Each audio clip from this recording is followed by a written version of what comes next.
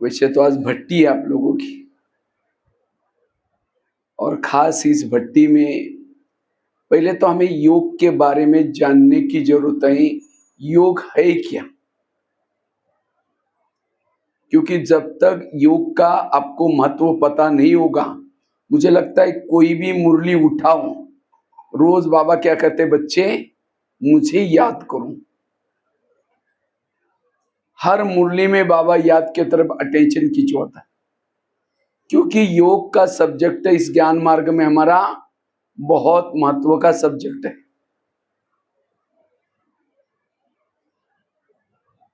योग से ही हमारे विकर्म विनाश होते हैं। योग से द्वारा ही हमें सच्चा सुख मिलता है।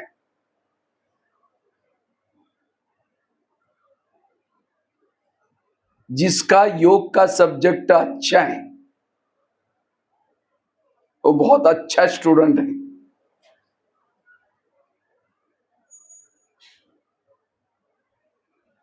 क्योंकि जिसका योग का सब्जेक्ट अच्छा है, बाकी उसके सारे सब्जेक्ट भी अपने आप, जैसे स्कूलों में जिसका इंग्लिश का सब्जेक्ट अच्छा है उसको क्या माना जाता है, ये अच्छा स्टूडेंट है।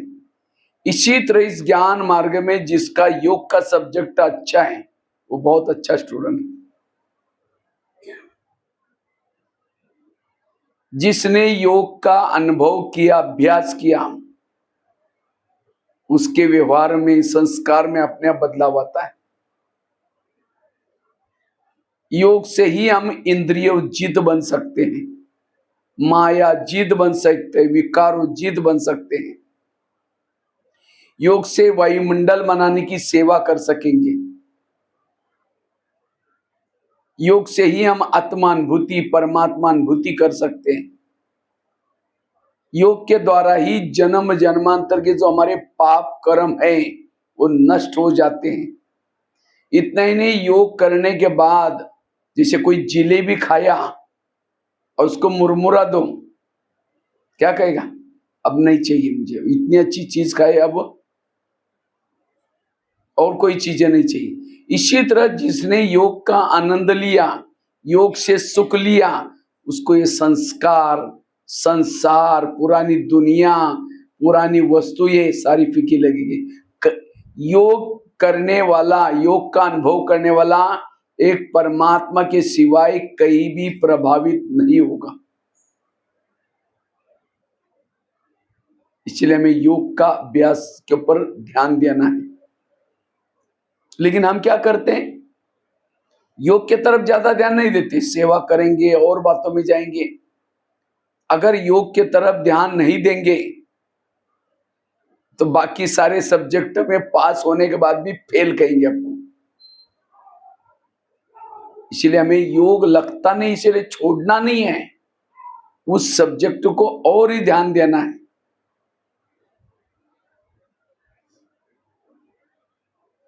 मैं खुद अपना अनुभव आपको सुनाता हूं। वैसे तो मैं 11 साल स्कूल भी नहीं गया था। 11 साल के बाद स्कूल में गए। पहले दिन, क्योंकि एक ही रूम थी, 7 कक्षा इकट्ठी बैठती थी, तो टीचर ने कहा पहले क्यों नहीं आए? हमने कहा सर मुझे पता नहीं। कहा कि आप नहीं, तुम नहीं पढ़ सकते। हमने कहा सर मुझे कोई नौकरी नहीं करनी, मुझे कोई सर्टिफिकेट नहीं चाहिए, मुझे कोई मार्क लिस्ट नहीं चाहिए, मुझे केवल क ख सीखना है। तो मेरी लगन देकर के टीचर ने कहा ठीक है कल से आऊं। तो पहले दिन टीचर ने मुझे 5वीं कक्षा में बिठाया और कहा कि पहले को सुना है कि तू भी सुन लेना, दूसरे को सुना है कि तू भी सुन लेना। तो रोज जब जाना शुरू किया, घर वाले ने मना कि अपने पैसे ने नहीं जाना। मैंने कहा मैं बिना पैसे का पढ़ूंगा। कहा कि ऐसे जाना तो भले जाओ। तो 1 साल के बाद 6वीं में फिर मैं सवेरे जल्दी उठता था, नीम के बीज इकट्ठे करता था। हमारे वहां करंजी करके एक पेड़ होता है, उसका बीज निकलता था, फिर बबुल को गम लगता था, उसको निकालता था, बेचता था, अपने पांव पर खड़ा होकर के पढ़ाई किया। 7वीं कक्षा में बोर्ड की परीक्षा थी। टीचर ने कहा तुम डायरी पे नहीं लाते, कल से स्कूल में नहीं आओ। अब क्या करें, घर में तो मना किए, चोरी भी नहीं करना है, स्कूल में नहीं छोड़ना है। मैं रद्दी से डायरी लाता था, उसको लिखे हुए पन्ने को पानी से धुलाई करता था, धूप में सुखा करके फिर लिखता था। ऐसी करके पढ़ाई किया, और ऐसी करते समय, पढ़ाई करते समय एक दिन आया, उसी रद्दी में ब्रह्मा कुमारी आश्रम का किताब मिला, और उसी से जीवन की रेखा बदल गई। और उस किताब में तो एक 3 लोग का चित्र, अपना तीसरा चित्र 3 लोग वाला, वो चित्र मुझे सबसे अच्छा पसंद आया, क्योंकि 8 दिन पहले टीचर ने एक लेसन पढ़ाया था, मनुष्य चांद तक गया है। चांद तो बहुत नीचे है सृष्टि के बारे में, लेकिन आर्मस्ट्रांग, नील आर्मस्ट्रांग, ऐसे कोई 2-3 वैज्ञानिक अमेरिका के वो गए थे, ऐसा करके स्कूल में पढ़ाया था। लेकिन ये चित्र मैंने बड़े ध्यान से देखा, चंद्रमा तो नीचे है, उसके पार भी ऊपर सूरज है, उसके पार एक बुजुर्ग व्यक्ति बैठा है, तपस्या कर रहा है, उसके पार विष्णु जी है, फिर शंकर जी बैठा है। मैंने सोचा यहाँ तो कोई यान गया होगा, कोई वैज्ञानिक गया होगा, तब तो जाकर ये चित्र बनाया। मैंने उस किताब के पन्ने को जाकर सर को दिखा, हमने कहा सर आपने बहुत पुराना जगह पे पढ़ा है, मनुष्य चांद तक गया है, ये पुरानी बात हो गई, अभी चांद से भी पार कोई गया है। तो बोला नहीं, कोई नहीं गया। मैंने कहा ये चित्र कैसे नहीं बनाया? तो सर कौन गए, प्रश्न पूछा मैंने। तो सर ने बाजू की लिखत पढ़ी, छोड़ा कोई बोला छोड़ो, इसका कोई क्वेश्चन परीक्षा में नहीं आएगा। हमने कहा सर पढ़ाई केवल क्वेश्चन आंसर लिखने के लिए थोड़ी पढ़ते हैं। मैंने क्या किया, प्रिंसिपल को जाकर पूछा, उन्होंने भी वही जवाब दे दिया। मैं हर एक को पूछता था, आखिर किसी ने नहीं बताया। फिर ब्रह्मा कुमारी का उस किताब के अंदर एड्रेस लिखा था, नागपुर से छपा था, तो वहां पत्र लिखा, आदरणीय ब्रह्मा कुमारी, आप लोग तो चंद्रमा से भी पार गए, आप लोगों ने अपना नाम ज्योग्राफी में क्यों नहीं लिखवाया? प्रश्न भेजा। तो वहां से एक पत्र आया, आप 10 रुपए भेजे, इसके बारे में जानकारी देंगे। मेरे पास 10 रुपए तो था ही नहीं, कुएं से ला करके पानी बेचा, 2 पैसा 3 पैसा। 6 महीने के बाद 10 रुपए इकट्ठा किया, मनी ऑर्डर से भेजा, और उसी से हर महीने में किताब आता था, आत्मा क्या है। फिर अगले महीने में परमात्मा, 7 दिन का कोर्स 6-7 महीने में हो गया। उसके बाद मेरी 10वीं पूरी हो गई, 10वीं में बोर्ड में पहला नंबर लिया। 10वीं के बाद ITI का कोर्स करने के लिए बड़े शहर में गए थे, तो वहां एक ब्रह्मा कुमारी की पाठशाला मिली, तो वहां रोज जाना शुरू किया। जिस दिन मैं पहले दिन सेंटर पर पाठशाला में गया था, मुरली चल रही थी, बच्चे तुम आत्मा हो, आत्मा अभिमानी बनो। मुझे लगा यहाँ का मूल लेसन आत्मा का है, तो मैंने क्या किया, अपने हाथ पर लिख करके रखा, इधर लिखा हुआ मैं आत्मा हूं। और दूसरा मुरली, बच्चे तो याद करो, शिव बाबा याद आए, वो मैंने दोनों वो भी लिखा हुआ है, शिव बाबा याद आए, मैं आत्मा हूं। बस ये 2 लेसन को ही पक्का किया, वहां से आज महारथी तक पहुंचा दिया।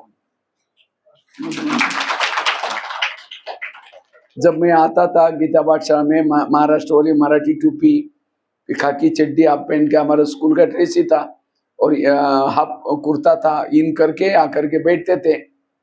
तो कई बार फटा हुआ कुर्ता रहता था, ऐसा पकड़ करके मैं लास्ट में बैठता था।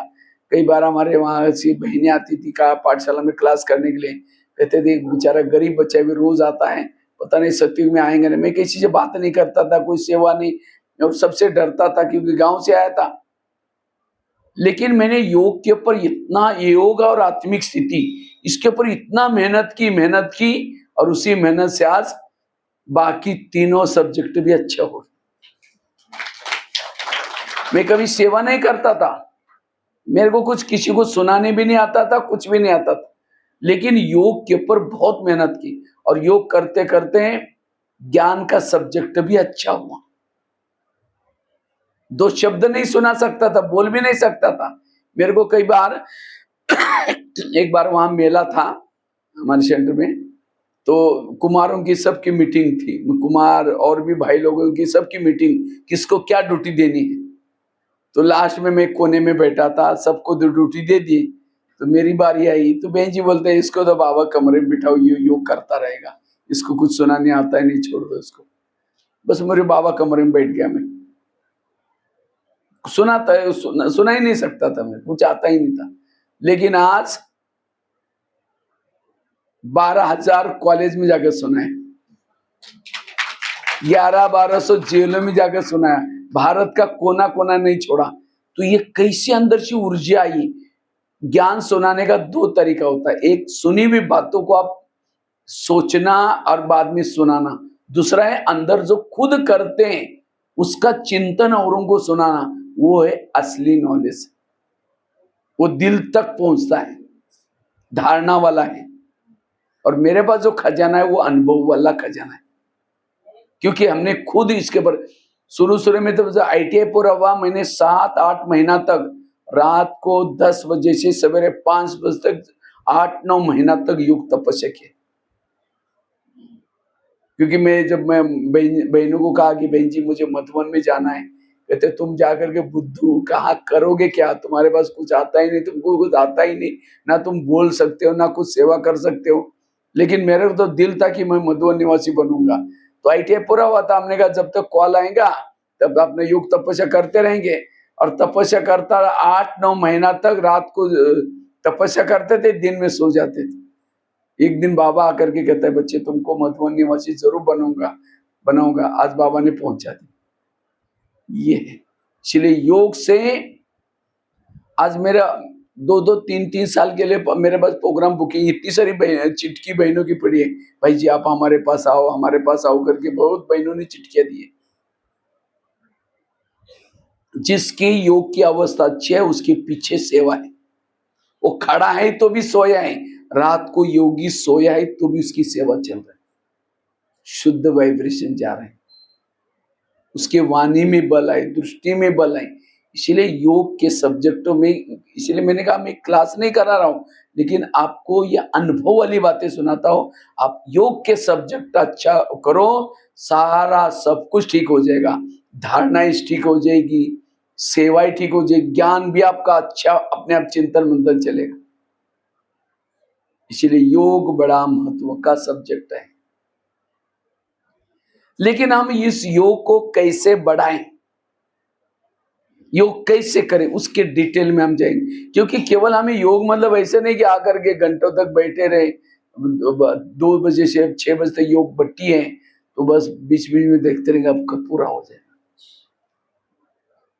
वो टाइम पास वाला नहीं, आपका योग विधि से लगे, रियली योग लगे। आज कईयों को योग ये सब्जेक्ट क्यों प्रॉब्लम आता है, योग कहते हैं थोड़ा सा ये आता है, क्यों कैसे लगाना है उसकी विधि पता नहीं अभी तक। तो आज हम इसके ऊपर ही चर्चा करेंगे। तो योग हम लगाए कैसे, योग लगाने के लिए क्या चीजें काम आती हैं। वास्तव में योग 2 प्रकार का है, एक है बैठ करके योग, दूसरा है कर्म में योग। पहले हमें बैठ करके योग लगाने की कला सीखनी है, क्योंकि जो बैठ करके योग लगाता है उसका कर्मों में ऑटोमेटिकली योग लगता है।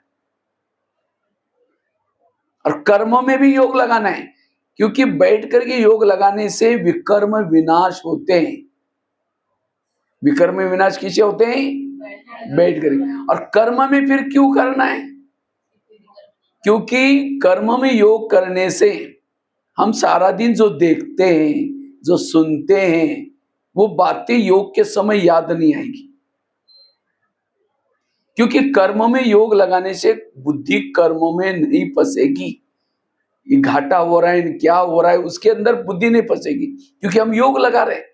और वो योग भले आपने चलने का काम कर रहे हैं, बोलने का काम कर रहे हैं, तो भी इस कर्मों में योगयुक्त रहने से कौशलता आते हैं। वो शांति से बैठेगा, शांति से चलेगा, क्योंकि वो योग युक्त है। इसलिए कर्मों में योग लगाना है। तो इन दोनों में से भी महत्व का है बैठ करके योग, क्योंकि बैठ करके योग लगाने से कर्म योग और कर्म योग से बैठे योग। लेकिन बैठ करके योग लगाने के लिए हमें 2 चीजें काम आते हैं, एक मन और दूसरा बुद्धि। तो ये दोनों को हमें समझना होगा कि मन क्या है और बुद्धि क्या है। ये दोनों का बहुत बड़ा पार्ट योग में है। और ये दोनों में से भी महत्व क्या है, बुद्धि। योग में बुद्धि का बहुत बड़ा रोल है। तो बुद्धि क्या है उसके बारे में डिटेल हमको जानकारी चाहिए। बुद्धि एक प्रकार का नेत्र है, जिसे अंधेरे में लाइट चली गई तो आप क्या करते हैं, अंदाज से चलते हैं, पता है कि यहाँ मोमबत्ती होगी या माचिस लोई होगा। अंधेरे में भी आपको दिखता है। अंधेरे में कौन देख रहे हैं? बुद्धि रूपी नेत्र देखता है। बुद्धि को पता है कि इधर है, ऐसा है, वो बुद्धि रूपी नेत्र काम करता है। बुद्धि क्या है? एक आपको एग्जांपल देता हूं। समझो मैंने कहा कि इसी समय मधुवन में माउंट आबू के ओम शांति भवन के सामने आप खड़े। ओम शांति भवन, उसके बैकग्राउंड में पहाड़ी है, दो साइड पर योगी के दो गुंबज बने हैं, बीच में घड़ी है, और ओम शांति भवन की सीढ़ियां चढ़ करके ऊपर जा रहे हैं। जैसे ऊपर गए, ओम शांति भवन के वरांडे में एक स्वर्ग का मॉडल बनाकर रखा हुआ है। उसको देख करके आप ओम शांति भवन के अंदर प्रवेश किया। एक स्वर्ग का एक रासलीला वाला, कृष्ण रासलीला वाला चित्र लगा हुआ है। बाजू में सर्व आत्माओं का पिता का चित्र लगा हुआ है। बीच में ब्रह्मा बाबा, लास्ट में घड़ी है, सतयुग त्रेता द्वापर कलयुग की घड़ी, वो देख रहे। ये देख करके आप ओम शांति भवन से नीचे आए। जैसे नीचे आए, ओम शांति भवन के जैसे पांडवन के अंदर प्रवेश किया आपने, एक गोले वाला चित्र देख रहे कृष्ण का। वहां से आप तपस्या धाम, वहां से आप जो बाबा का जो ये बना हुआ है शांति स्तंभ, उसके पास गए। शांति स्तंभ मार्बल का बना हुआ है, लिखा हुआ है पवित्र स्तंभ, ज्ञान स्तंभ, शक्ति स्तंभ। आप उसको अच्छी तरह वहां वाइब्रेशन बहुत सुंदर है, क्योंकि बाबा के अंतिम संस्कार उसी जगह पर किया हुआ है। बहुत एकदम साइलेंस। उसको चक्कर 2 लगा करके आप वहां से शांति स्तंभ से अभी जा रहे झोपड़ी में। जैसे झोपड़ी के तरफ जाते हैं, एक झूला रखा हुआ है, जहां बाबा कभी झूलते थे, अभी भी ऐसा ही है। वहां से आप झोपड़ी के अंदर प्रवेश किया। एक गदीला रखा हुआ है, जहां बाबा पत्र लिखते थे उस झोपड़ी में बैठ करके बच्चों को। वहां से आप झोपड़ी से बाबा के रूम में गए, जहां एक खटिया भी एक कोने में रखी है, जहां बाबा विश्राम करते थे। बाबा का वो रहने का रूम है, वहां भी बड़े सुंदर वाइब्रेशन है। जहां अभी नीला सा ट्रांसलेट रखा हुआ है, भोग भी लगाया जाता है। वहां से आप पीस पार्क में गए। पीस पार्क जहाँ ओम का बना हुआ है, वहां से सामने गुरु शिखर है। पीस पार्क से आप नीचे ज्ञान सरोवर में आए। ज्ञान सरोवर जो किचन कॉम्प्लेक्स है, वहां से आप नीचे शांतिवन में आए, प्रकाश स्तंभ पर। वहां से डायमंड हॉल में गए। डायमंड हॉल, विशाल डायमंड हॉल, जो पीछे के गेट से भी बाबा का फोटो स्टेज का दिखता है। इतना बड़ा विशाल डायमंड हॉल है, जहां अव्यक्त बाबा से मंगल मिलन हम लोग मनाते थे। गुलजार दादी आती थी, वो बैठ जाती थी, उसके बाद हम उड़ के चले जाएंगे, गीत बजता था। उसके बाद फिर बाबा की पधरामनी होती थी, पिन ड्रॉप साइलेंस। वहां से आप तपस्या धाम गार्डन में गए। जैसे तपस्या धाम गार्डन में गए, पीछे मुड़ के देखा एक पहाड़ी पर ओम शांति लिखा हुआ है सफेद अक्षरों से। तो ये सारा दिखाई पड़ा नहीं। देखो अभी आप मुझे देख रहे आंखों से बिल्कुल, लेकिन तो भी सारी चक्कर लगाए आपने मधुबन की, बिल्कुल जैसे आप वहीं थे। तो ये कौन गया था? बुद्धि। ये है बुद्धि का काम, ये है बुद्धि। इसी तरह यहां बैठे बैठे भी, यहां से प्रकाश के शरीर में प्रवेश करना और उस चमकीले को शरीर के ऊपर लेके जाना। ऊपर लेके जाते हैं चांद सूरज तारंगन के पार, वह अव्यक्त वतन में है। जैसे अव्यक्त वतन के नजदीक जाते ब्रह्मा बाबा जो प्रकाश के शरीर में बैठे हैं, वो आपको नीचे से आते हुए देखते हैं। बाबा खड़े होकर के खुशी से आपको आते ही गले लगाया।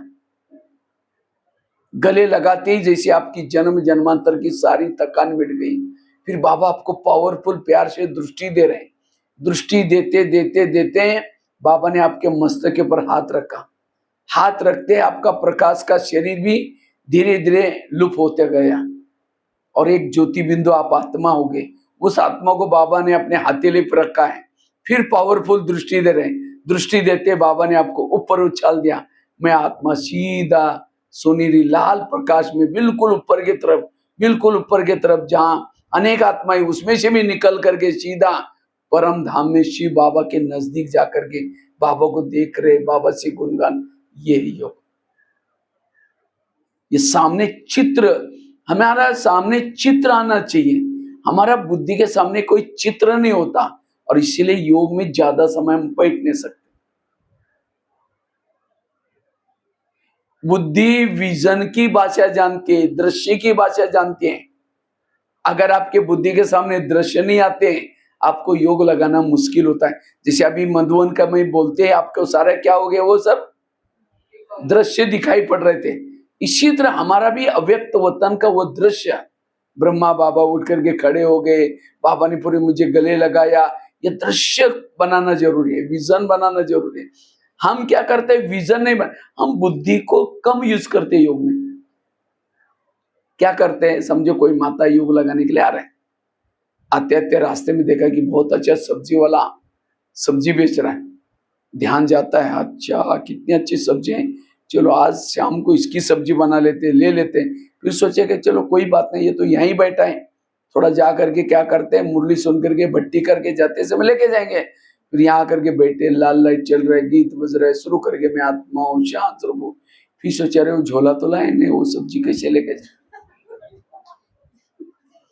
तो आपका आप बुद्धि में वो दृश्य निर्माण हुआ, तो आपका बुद्धि कहाँ गई, वो भले आंखें यहाँ आपको, आंखें बाबा के फोटो को देख रहे हैं, कान से गीत भी सुन रहे हैं, सामने कोई योग भी लगा रहे हैं, लेकिन आपकी बुद्धि कहाँ गई, वो सब्जी दे। फिर कहेंगे छोड़ो, अरे योग में बैठे बाद में देख लेते, मैं आत्मा हूँ, शांत स्वरूप शक्ति स्वरूप।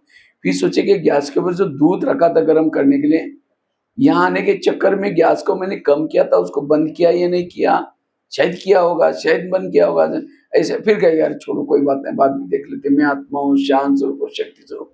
फिर सोचा यार घर में तो मेहमान आने वाला था, मैंने सोचा रहा उनके लिए छोले बनाऊं, लेकिन सवेरे बातों बातों में भिगोए नहीं, चलो छोड़ो कुछ और बना दी। फिर कहे मैं आत्मा हूँ, शांत स्वरूप शक्ति स्वरूप। अब लाल लाइट की सफेद लाइट हो गई। यही होता है ना, बुद्धि के ऊपर जिस प्रकार का प्रभाव है। तो हमने क्या किया, ये क्यों हो गया ऐसा, क्योंकि हमने जब योग में बैठे थे मन को यूज किया। मन को यहाँ आते ही लाल लाइट में बैठते क्या करते हैं, मैं आत्मा हूँ, शांत स्वरूप शक्ति स्वरूप। बुद्धि को लगाए नहीं, सीधा मन को विचार देना। जब मन को विचार देना बंद करते हैं तो जो बुद्धि के ऊपर प्रभाव जिस चीज का है, वो आपको कुछ लेना है, किसी से मिलना है, कुछ काम करना है, कुछ जो प्रभाव है उसके चित्र तो ही है। तो वो चित्र जब बुद्धि के सामने आए तो मन फिर उसी के संकल्प करना शुरू करता है। फिर हमें लगता है ये कैसे हो गया। इसीलिए योग में बैठते समय पहले बुद्धि का कैमरा सेट करो। पहले यहां बैठते योग नहीं, लेकिन पहले क्या करो, बुद्धि का कैमरा सेट करो। मुझे अगर परम धाम में जाना है, परम धाम का दृश्य निर्माण करना शुरू करो। इतना ही नहीं, जब आपको योग लगाने के लिए आना है यहाँ, वहां आते समय ही आपको बुद्धि से बातें करते आओ, क्योंकि अभी आपकी आत्मा तो ऊपर जाने वाली नहीं है, जाने वाली कौन है, बुद्धि। तो वहां से आते समय बात बुद्धि को नशा चढ़ाना शुरू करो। हे बुद्धि, तुम कितनी भाग्यशाली हो, आज तुमको 2 घंटा तो कुछ परम प्यारे बाबा के पास जाने का मौका मिल रहा है, लेकिन हे बुद्धि तुम इधर उधर नहीं जाना, वही जाना। उसके पास किसी को भी निमंत्रण नहीं होता, लेकिन तुमको चांस मिला है 2 घंटा वहां बैठने का, तुम वही जाना, इधर उधर नहीं जाना। अगर तुम जाएगी तो मैं तुरंत मैं बताऊंगी आपको। इसी तरह उसको वहीं से तैयार, तब आते समय अपना सब्जी ये वो कुछ दिखाई नहीं पड़ेगा आपको, क्योंकि आप आते समय क्या कर रहे हैं, बुद्धि को तैयार करके आ रहे हैं। बुद्धि कैमरा है, मन टीवी है। बुद्धि जिस चीज को देखते है, कैमरा जिस चीज को देखता है वो चित्र किस में आता है, टीवी में आता है। बुद्धि गाय है, मन उसका बछड़ा है। जहां गाय जाते है, बछड़ा क्या करता है? पीछे पीछे जाता है। अब गाय यहां ही आई, बछड़े को मार पिटाई करके ऊपर भेजो, कैसा जाएगा? वो छलांग लगा के गाय के पास आएगा। तो इसी तरह हमारा बुद्धि यहाँ है और हम मन को कहते जाओ तुम परमधाम जा, जाता ही नहीं, वो वापिस आ जाता है। संकल्प तो करता है, फिर वापिस आता है, जाता ही नहीं। इसीलिए जहां हमारा ध्यान होगा वहां हमारा मन होगा। अगर जिसको ये स्पष्ट बातें हो गई, उसके लिए योग लगाना सहज है। लेकिन हम बुद्धि नहीं लगाते, इसीलिए बुद्धि के ऊपर योग लगाने के लिए बुद्धि के ऊपर कोई भी बातों का प्रभाव ना हो। तो ये बुद्धि के ऊपर इन बातों का प्रभाव हटाने के लिए मुरली जो है, ये मुरली ज्ञान क्यों जरूरी है? ऐसा नहीं कि कई क्या करते हैं, सोचे हमको तो योग ही लगाना है, ज्ञान सुनने की जरूरत है क्या भी ज्यादा? अगर ज्ञान नहीं सुनेंगे तो आपका बुद्धि का प्रभाव नहीं निकलेगा।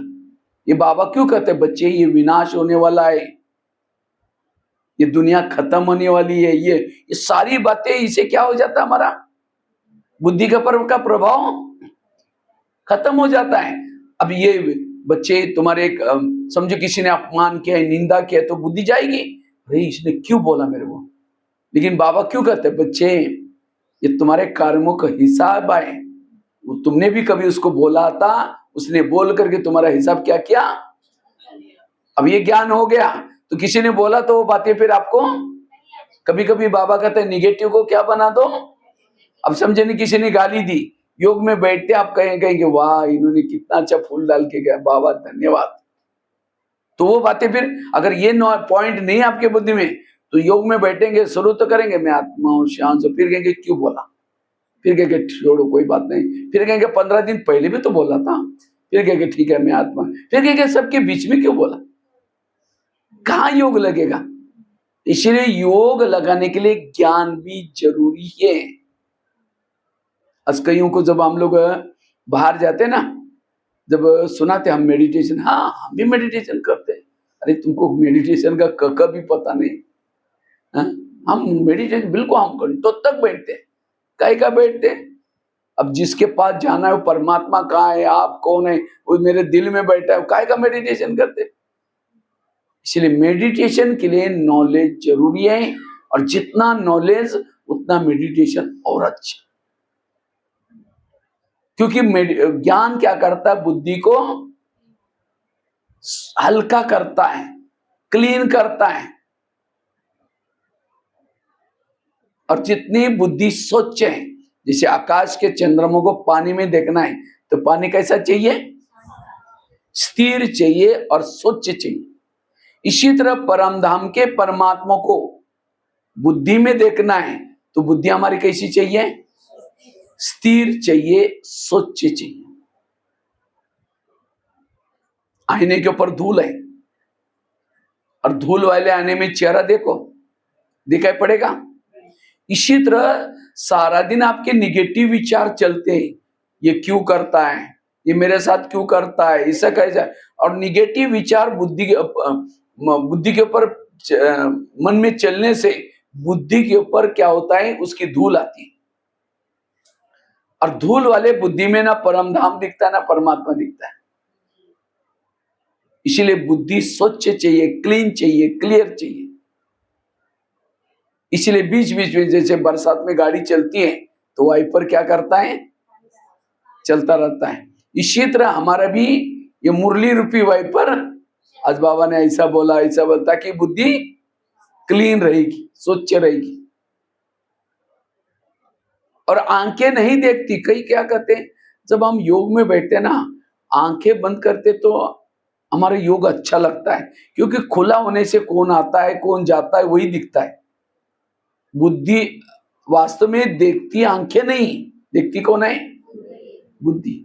एक बार एक माता जी, अकबर नमाज पढ़ रहे थे, अकबर चद्दर बिछा करके, तो उसी समय वहां से माता जी चली गई। जब माता जी चली गई, अकबर को तो बड़ा गुस्सा आया, ये मेरे चद्दर के ऊपर से गई, मैं नमाज पढ़ रहा, देखा भी नहीं इसने। आवाज करके जोर से बुलाया उसको, वो आई भी नहीं, देखा भी नहीं पीछे मुड़कर, सोचा कि चलो कोई बात नहीं। 3 घंटे के बाद वही माताजी वापिस आई। अकबर ने फिर उसको बुलाया, कहते तुम अंधी गूंगी बहरी हो? माताजी हाथ जोड़ के कहते महाराज जी मैंने क्या किया? कहा कि 2 घंटा पहले तुम यहां से गई थी। हाँ गई थी। कहता है मैं चद्दर बिछा करके नमाज पढ़ रहा था और तुम उस चद्दर के ऊपर से गई। मैंने आवाज भी लगाया, बुलाए तो भी नहीं आई, क्यों गूंगी बहरी हो? तो माता जी हाथ जोड़ के कहते महाराज जी हो सकता है मैं गई होगी, क्योंकि इसी समय मेरा ध्यान ठिकाने पर नहीं था, क्योंकि 2 दिन पहले मेरा बच्चा स्कूल में गया था। वो कल मेरा बच्चा स्कूल में गया था लेकिन वापिस ही नहीं आया। इसलिए मुझे इतना टेंशन हो गया, कहीं एक्सीडेंट तो नहीं होगा, कहीं कुछ तो हुआ तो नहीं होगा, क्योंकि रात को थोड़ा बारिश आई थी। उसको लगा कहीं नदी नाले में बह तो नहीं गया होगा, क्या हो गया। तो इसीलिए मेरा रात भर मुझे नींद भी नहीं आई, मेरे दिमाग में वो बच्चा ही दिखाई पड़ रहा था। इसीलिए कहते सॉरी मेरे से गलती होगी, मेरा ध्यान मेरे बच्चे में था, इसीलिए मुझे आपकी चद्दर दिखाई। आपने आवाज भी लगाया तो भी मुझे सुनाई नहीं पड़ा, क्योंकि मेरा ध्यान बच्चे में था। लेकिन कहते हैं मेरा ध्यान तो मेरे बच्चे में था, लेकिन आप तो अल्लाह को याद कर रहे थे, आपने मुझे कैसे देखा?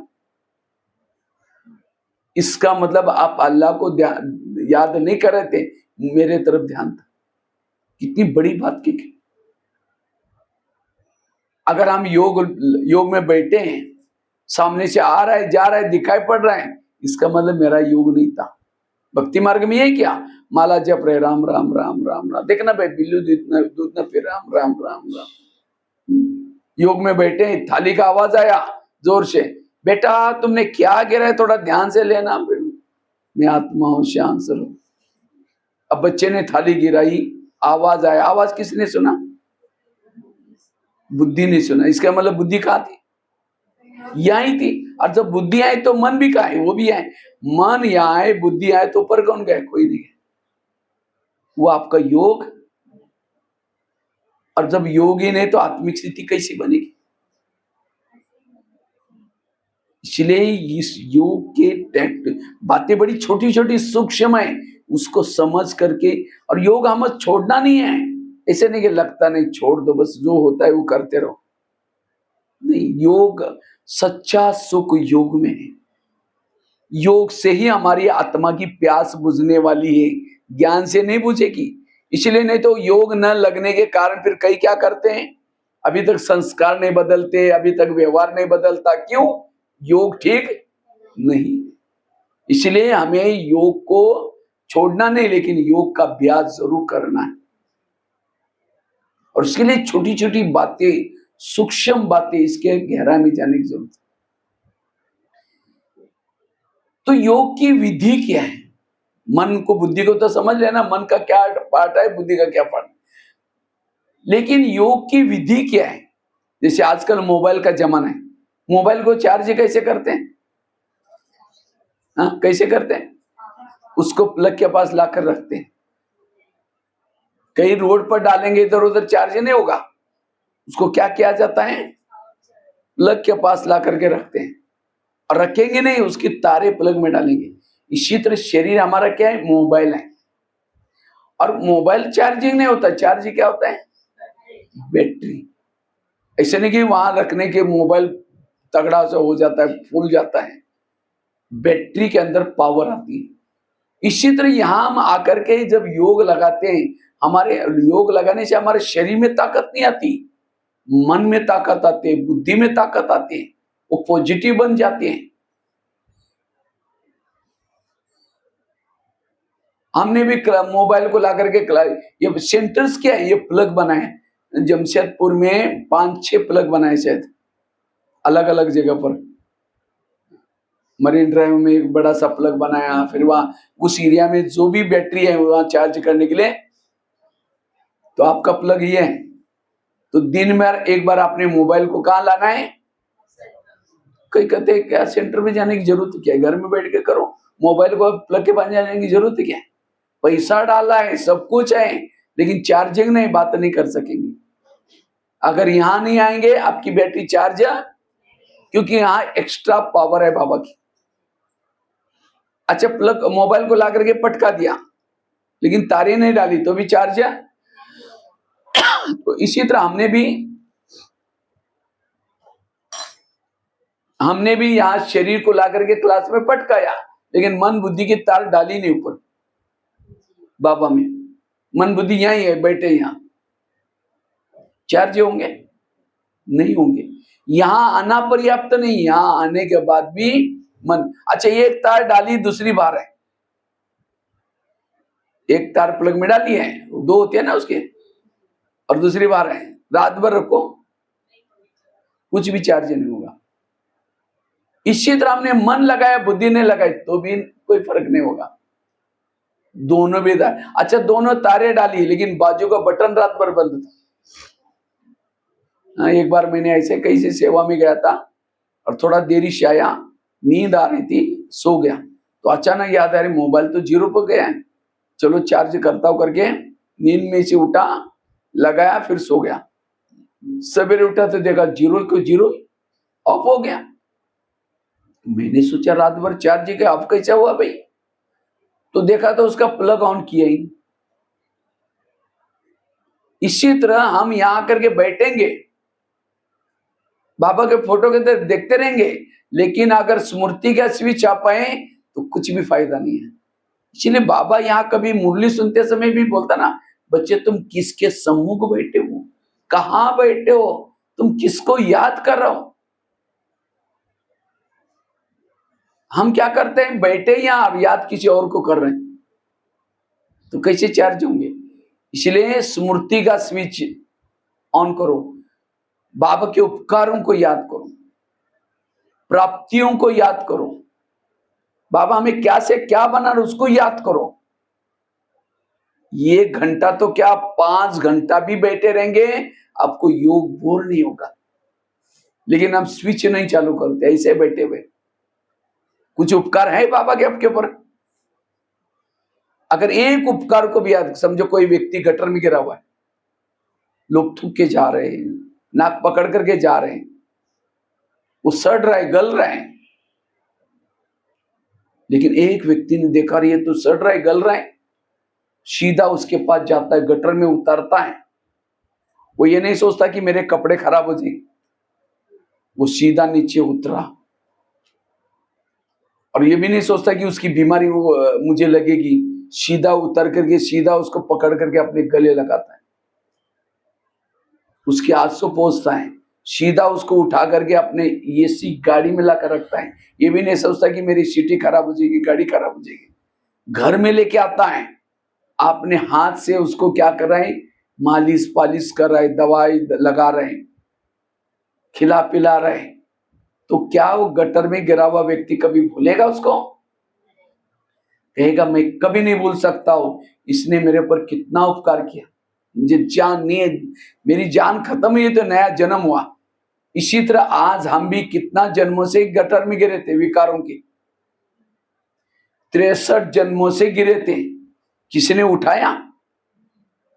कितनी मम्मी पापा भाई बहने जन्म जन्म कितने मिले होंगे, उठाने के तो छोड़ो, और ये लात मार करके गिराया, हमने शादी की तुमको करनी पड़ेगी, तो हमको लोग क्या बोलेंगे? नहीं चाहते तो भी जाकर के गिरो, हम गिरे आपको भी गिरना ही है। किसी ने नहीं उठाया, बाबा परम धाम से आया। आज परम धाम और आपका घर कभी नक्शे में देखो, वो एक बिंदी, वो बिंदी को भी ये पता था, जब मैं धरती पर जाऊंगा, झारखंड में जमशेदपुर में उसके गली में जाऊंगा, उसको भी मैं संदेश दूंगा। देखो वहां से निकलते समय आपको याद करते हुए आया हूं, तो कितना बड़ा सौभाग्य है। आसपास में कितने लोग हैं, फिर भी उनको नहीं मिला। आपो के आसपास में ओम शांति भवन के बाजू में बैठे, उसको भी पता नहीं है, लेकिन आज यहां करके आपके लिए कितना बड़ा सौभाग्य। ये उसका प्यार है, उसके उपकार हैं। वहां से उसने, और केवल गटर से निकाला नहीं, लेकिन क्या करता है, रोज टीचर बनकर के पढ़ा रहा था ना मुरली में, बाप को याद करने के लिए अब घर जाना है, बाप के रूप में याद करो, टीचर के रूप में याद करो, सदगुरु के रूप में याद। बाप बनकर के हमें पालना कर रहे हैं, टीचर बनकर के पढ़ा रहे हैं, रोज टीचर बन करके पढ़ा रहे हैं, सदगुरु बन करके सदा साथ में है साथ में बाबा। अगर बाबा ना होता 8 दिन भी पवित्र रह के दिखाओ ना। आज दोपहर में भी लोग सन्यासी बनकर के गए थे, घर बार छोड़े थे, विकारों पर जीत प्राप्त करेंगे करके, लेकिन कुछ दिन रह ही नहीं पाए, वापिस आए और गृहस्थी बसाई। उस समय कोई गंदा वातावरण नहीं था, सब अच्छा था, तो भी उस समय भी नहीं रह पाए। और आज इतना गंदा वायुमंडल है, इतना फिल्में, फैशन, क्या क्या तमो प्रधानता, और ऐसे वातावरण में भी आज हम पवित्र हैं। इसका मतलब कौन साथ में है? शास्त्रों में लिखा हुआ है, आग और कपास एक जगह पर नहीं रह सकते, अर्थात पति और पत्नी पवित्र नहीं रह सकते। लेकिन आज कितने सारे हमारे भाई बहने कितना सालों से पवित्र हैं, कुमार है, कई तो पति पत्नी घर में रहते हैं, शादी होगी, ज्ञान मिल गया, तब से लेकर के पवित्र हैं। कौन साथ में है? बाबा साथ में। साइंस वालों ने क्या लिखा है, अगर कोई 1 महीना 15 दिन भी कोई ब्रह्मचर्य में रहता है, वो ब्रह्मचर्य की ऊर्जा उसके दिमाग में जाएगी और वो पागल हो जाएगा। इसीलिए रोज विकारों में जाओ कहते हैं, साइंस वालों ने बोला हुआ नेचुरली है। मैं तो सोचता हूं जो विकारों में जाते हैं वही पागल हो रहे हैं। 4-4, 5-5 साल वाली बच्ची के ऊपर रेप केस कर रहे हैं। पहले तो विकार में इसीलिए जाते थे बच्चे पैदा करने के लिए, आजकल सुख के लिए, आनंद के लिए विकार में चले जाते। जैसे कुत्ता होता है ना, कुत्ता हड्डी को चबाता है जोर से, उसका मुंह टूट जाता है, खून आता है, उसको लगता है खून किसमें से आ रहा है? हड्डी से नहीं आ रहा है, खुद का ही। इसलिए विकार में जाना अर्थात अपना ही घाटा है। बाबा सदा साथ में, भले वो दिखता नहीं, हमारे गीत है ना, यही कहीं बाबा नजर नहीं आते। बाबा है हमारे हर पल सदगुरु बन करके। जैसे मम्मी क्या करते हैं, बच्चे को जब चलना सिखाती हैं, रोटी पकड़ेगी, पीछे पीछे करेगी, पीछे करे, अब उड़ जाता तो फिर पकड़ लेगी। इसी तरह बाबा हमारे साथ में है, भले दिखता नहीं लेकिन हमेशा साथ में। याद रखना, इस ब्रह्मा कुमारी संस्था में जो आएगा उनका नाम जब तक सूरज चांद रहेगा, उनका नाम अमर रहेगा। ताली तो बजाओ। अभी भी हनुमान, गणेश, ये कौन है? ये 5000 साल पहले जो ये ज्ञान मार्ग में चलते थे, उनका नाम अमर है। अभी भी उनका नाम अमर है। इसीलिए बाबा कहते बच्चे जब योग में बैठते ये सब चीजें याद करो, तब आपको योग में नींद नहीं आएगी, योग में लगन के अगन बढ़ जाएगी। नहीं तो हम कुछ याद करते ना, ऐसे बैठते रहते, फिर घड़ी में देखे 5 मिनट याद करना है, फिर एक झुटका लगा दे, फिर ऐसा। इसलिए स्विच चालू करो। आज किसी का नाम अगर पेपर में आता है तो लोग कितना खुश हो जाते हैं, आज मेरा अखबार में नाम है। दूसरे दिन अखबार को कहाँ देखा, कहाँ पढ़ा है, गटर भी गिरा हुआ है, पड़ा हुआ है। लेकिन आपका नाम, यहाँ आने वालों का नाम कहाँ आता है? शास्त्रों में। और शास्त्र कोई गटर में फेंकते नहीं, कोई कपड़े से लपेट करके बांधते। पढ़ते भी हैं तो नहा धो करके उसको मुंहसार नहीं करेंगे, ऐसा समय पढ़ते। इसलिए बाबा कहते बच्चे, बाबा के उपकारों को याद करो, प्राप्तियों को याद करो, ये स्विच चालू करो। और क्या करते हैं, स्विच चालू किया, तारे डाली, कभी तार प्लग में डाल रहे, फिर निकाल रहे, डाल रहे निकाल रहे, डाल रहे निकाल रहे, तो मोबाइल बैटरी चार्ज हो जाएगी। इसी तरह हम भी क्या करते हैं, कभी भी मन बुद्धि बाबा में लगाते, कभी निकालते, कभी लगाते हैं निकालते। कैसे बताए ना, कोई समझो कोई माता योग लगाने के लिए आ रहे हैं, आते आते देखा सब्जी के गाड़ी वाला, फिर यहाँ आकर के बैठे, लाल लाइट चल रही, गीत बज रहे, शुरू करके मैं आत्मा हूँ शांत और वो, फिर सोचे रहे वो थैली तो लाए नहीं, तार निकल गई।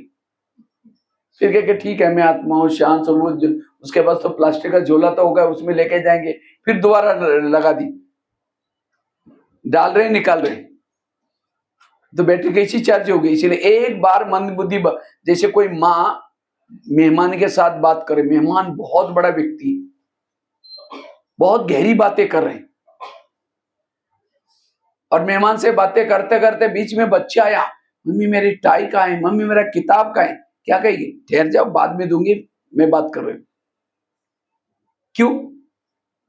बच्चा तो रोज का है, और मेहमान कभी कभी आने वाला है। इसलिए हम जब बाबा को याद करते हैं, बीच में सब्जी आएगी, ये आएगी, तो ये रोज की बातें हैं। इसलिए अटेंशन से बैठो। कई कहते जब योग में बैठते तो मेरी आत्मा परमधाम जाती है। क्या योग में बैठते समय आत्मा परमधाम में जाती है? कई बार हम लोग टीवी देखते हैं, कई पीस ऑफ माइंड में देखते हैं, कई चित्र देखते हैं ना, योगी योग में बैठ गया, जैसा बैठ गया एक बिंदी निकली, चांद सूरज तरह जाकर चिपक गए। लेकिन हम जब बैठते तो हमारे से कुछ जाता ही, तो लगता है हमारा योग लगता ही नहीं। हमारी आत्मा निकल करके ऊपर नहीं जाती। आत्मा एक बार परम धाम से आई, 84 जन्म लेने के बाद ही ऊपर जाती है। अगर बीच में चली जाएगी, शरीर लुढ़क जाएगा तो नीचे। हाँ, मैंने आपको मोबाइल का एग्जांपल दिया, दोनों तारे डाली, स्विच चालू किया, मोबाइल चार्जिंग चालू हो गया। जैसे मोबाइल चार्जिंग चालू हो गया, बैटरी मोबाइल से निकली, ऊपर प्लग में घुस गई। ऐसा होता है। चार्जिंग के समय बैटरी कहाँ रहती है? मोबाइल में। तो वो करंट लेने के लिए कौन गया है? जो मोबाइल से साथ जो कनेक्टेड दो तारे हैं, वो भी दिखाई नहीं पड़ती, गुप्त तारे, वो टच करती। इसी तरह हमारी भी मन और बुद्धि, अब जैसे मैंने मधुवन का एग्जांपल दिया था आप लोगों को, तो उस समय क्या आपकी आत्मा निकल करके गई थी वहां? तो कौन गई थी? मन बुद्धि गई थी। तो मन बुद्धि जाती है, लेकिन कौन सी मन जाता है, कौन सी बुद्धि? जिसका मन हल्का है, जिसकी बुद्धि स्वच्छ है। ये मोबाइल का एग्जाम्पल एक प्रकार की योग की विधि। सिंपल, तारे डालो, दोनों भी डालो, स्विच भी चालू करो, बार बार डालना निकालना नहीं करो, सिंपल सा योग की विधि। लेकिन योग में सबसे महत्व का योग है अमृत वेला का योग। उससे पूर्व हम लोग 2 मिनट वो गीत बजाना, सभी अभी जाएंगे, योग करेंगे, 500 रुपयों का अभ्यास करते ही क्या करना है, पहले जो ये बजेगा, परम धाम में बिल्कुल बाबा के पास जाएंगे। वैसे तो मैं सोच रहा हूँ खड़े होकर के करेंगे। तो योग में भी महत्व का है, एक तो अमृत वेला का योग, दूसरा क्लास के पहले योग, तीसरा नुमाश्याम का योग। लेकिन इन सब का आधार है अमृत वेला का योग। तो अमृत वेला कौन कौन उठते? हाथ खड़ा करो। अच्छा, सभी उठते, बहुत अच्छी बात है। लेकिन अमृत वेला का चुपचाप आपका कोई वीडियो बनाई जाए और वही वीडियो आपको सवेरे दिखाई जाए, इस सवेरे के अमृत वेला का आपका वीडियो है, कहीं मेरा है, मैंने ऐसा किया था, दीवार के सारे बैठे, मुख खुला, आंखें बंद। 2 बार मच्छर अंदर भी गया और बाहर भी आए, पता भी नहीं चला। अगर ऐसा योग करेंगे तो अमृत वेला कैसे अच्छी होगी। इसलिए अमृत वेला आंखें खोल करके बैठो, होश में बैठो, बेहोश में नहीं बैठो। और केवल आंखें खोल के भी नहीं, कोई मेहमान को बुलाओ घर में, मेहमान बहुत बड़ा है, आपका बहुत उसके साथ स्नेह प्यार है, इसलिए 10 काम छोड़ के वो आया। लेकिन जैसा वो घर में आता है, अंदर से दरवाजे खिड़की लगा करके सो जाओ। वो बेल बजा रहे, घंटी बजा रहे, दरवाजे नहीं खोलो। उसको लगे करी मैं, इनके काम है, इनके काम से इन्होंने बुलाया और इन्होंने दरवाजा बंद किया। अब देखेगा भाई नहीं खोल रहे, चला जाएगा। फिर फोन करूं, क्या बात आप आई नहीं? वो कह मैं आया था, बेल बजाई थी, घंटी बजाई थी, नहीं नहीं प्लीज आओ, जरूरी काम है। फिर आया, फिर अंदर दरवाजे खिड़की लगा कर फिर सो गए। फिर दोबारा फोन करो, कहेगा कभी नहीं आऊंगी। मैं जब आप आता हूं तो आप दरवाजे बंद करते हैं, क्या मजाक है। इसी तरह अमृत वाला उठेंगे, बाबा को निमंत्रण देंगे, मीठे बाबा, प्यारे बाबा, आप आ जाओ, हम आपसे बातें करनी है, बातें करनी है, करनी है। अब उसको तो बुलाया, और आने के बाद दरवाजे खिड़की, तेरे द्वार खड़ा भगवान, भगत भरले जोली भगत, तुम शांति हो गया। काम है आपका, पावन तो उसको नहीं बनना है, जरूरी आपके वहां, और उसको बुला करके फिर दरवाजे बंद कर दिया, और कहीं गया भी नहीं, गया होता तो उठा कर लेके जाते हैं लोग स्मशान में, अंदर ही बैठा है, लेकिन दरवाजे खिड़की। इसलिए आंखें खोल करके बैठो, और केवल खोल के भी नहीं, अब कोई घर में मेहमान बैठा है, चेहरे की तरफ देखते रहो, वो कहेगा फोन क्यों किया था। हा? तो मैं देखता हूँ कई भाई बहन योग कैसे करते हैं, फोटो की तरफ देखते रहे, झूमते रहे, हमारा योग हो गया। अरे भाई काय का योग हुआ। अब बीच बीच में घड़ी में देखते रहेंगे। मैं कई बार जब क्लास कराता ना, माता धीरे से ऐसे करे, हम समझ गए इनका भी बुद्धि निकल गई यहाँ से, अब सुना करके तो रहने वाला तो है ही नहीं। इसलिए योग में बैठते समय हमें लगन में मगन होकर के बैठना है।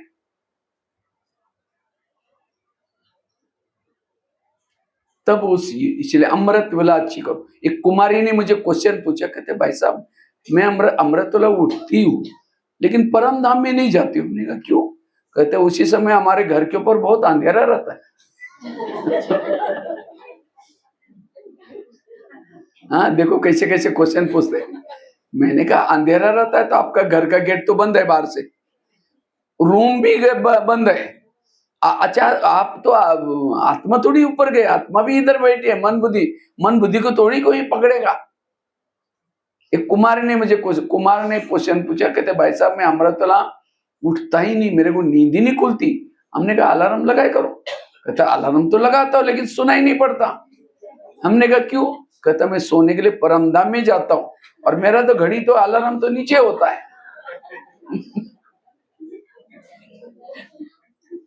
अभी माउंट आबू में मेरी घड़ी होगी और यहाँ कैसे सुनाई पड़ेगा? हमने कहा आप लोग परम धाम में नहीं जाते, धाम तो बहुत है, निद्रा लोग, स्वप्न लोग, कई लोग हैं। बाबा तो कहते बच्चे रोज मैं तुम्हारे घर में आता हूं, दिखता है बाबा आता है? हा? बाबा को देखने के लिए होश में बैठने की जरूरत है, बेहोश में बैठेगा कैसा दिखाई पड़ेगा? कोई शराब पी करके गटर में पड़ा है और कोई जाकर के कहे 10 रुपए ले लो घर में जाकर सो जाओ, वो क्या कहता है मैं राजा हूं मुझे कुछ नहीं चाहिए। गटर में गिरा है लेकिन अपने को क्या समझता है? इसी तरह हम भी विकारों के गटर में गिरे हैं। बाबा सवेरे वरदानों का झोला लेके आता है हर एक के पास, पूछता है बच्चे कुछ चाहिए, लेकिन हम राजा हूं कुछ नहीं चाहिए। हाँ? इसलिए आंखें खोल करके बैठो, बाबा से बातें करो। कई बार मैं देखता हूँ माउंट आबू में बाबा मिलन में आते हैं ना लोग, तो डायमंड हॉल में आकर के योग लगाएंगे, योग करते करते करते वो ऐसा सो गया, लोगों का अमृत वाला पूरी हो गई, नहाने धोने के लिए गए, नहा धो करके दोबारा क्लास में आकर के बैठे योग लगाने के लिए, मुरली सुनने के लिए, तभी इसका योग ही लगा पड़ा। अगर उसको थोड़ा हिलाते ना भाई जाकर के, आप कहता और 10 मिनट अमृत वाला करके फिर जाऊंगा, उसको लग रहा है ये मेरे अमृत वाला ही चल रहा है। इसलिए बेहोश नहीं लेकिन होश में। अगर नींद आते हैं तो बाबा को भी बुला करके उसका टाइम क्यों वेस्ट कर रहे हैं? बाबा को कि बाबा आप भी सो जाओ, मैं भी इधर आराम से सो जाता हूँ। लेकिन जितना समय बैठो अलर्ट होकर के बैठो। रात को 2 बजे ट्रेन जा रहे 2 बजे, और ट्रेन जाते समय चाय वाला चाय चाय चाय करके झुटका लगाता है। अगर उसको नोट फटी हुई तो बोला ये चलेगा नहीं, दूसरा दो। और तो कितने 50-60 रुपए की कमाई, और आपको तो एक दिन के लिए अमृत वाला उठते तो एक जन्म के लिए आपका भाग्य लिखता है बाबा। अमृत वेले के समय बाबा सूक्ष्म रूप में सामने आकर के आपके भाग्य में लिख रहे हैं, मैं इसको इतना सोना दूंगा, फिर ये दूंगा, 10-10 ये दूंगा, लिख रहा है, लेकिन हम लिखने नहीं दे रहे। इसीलिए कहावत बने ना, जब भगवान भाग्य में लिख रहे थे, सो रहे थे क्या? हाँ? अब किसी के चेहरे पर मेकअप हो रहा है, जिसके चेहरे पर मेकअप हो रहा है, झुटका लगा, यहाँ का मेकअप यहाँ पहुंच जाएगा इधर। हाँ? बच्चा अगर मम्मी कोई श्रृंगार करते, बच्चा ऐसा जगह मम्मी थप्पड़ मारते, चुप नहीं रह सकता, शांत हो रहा।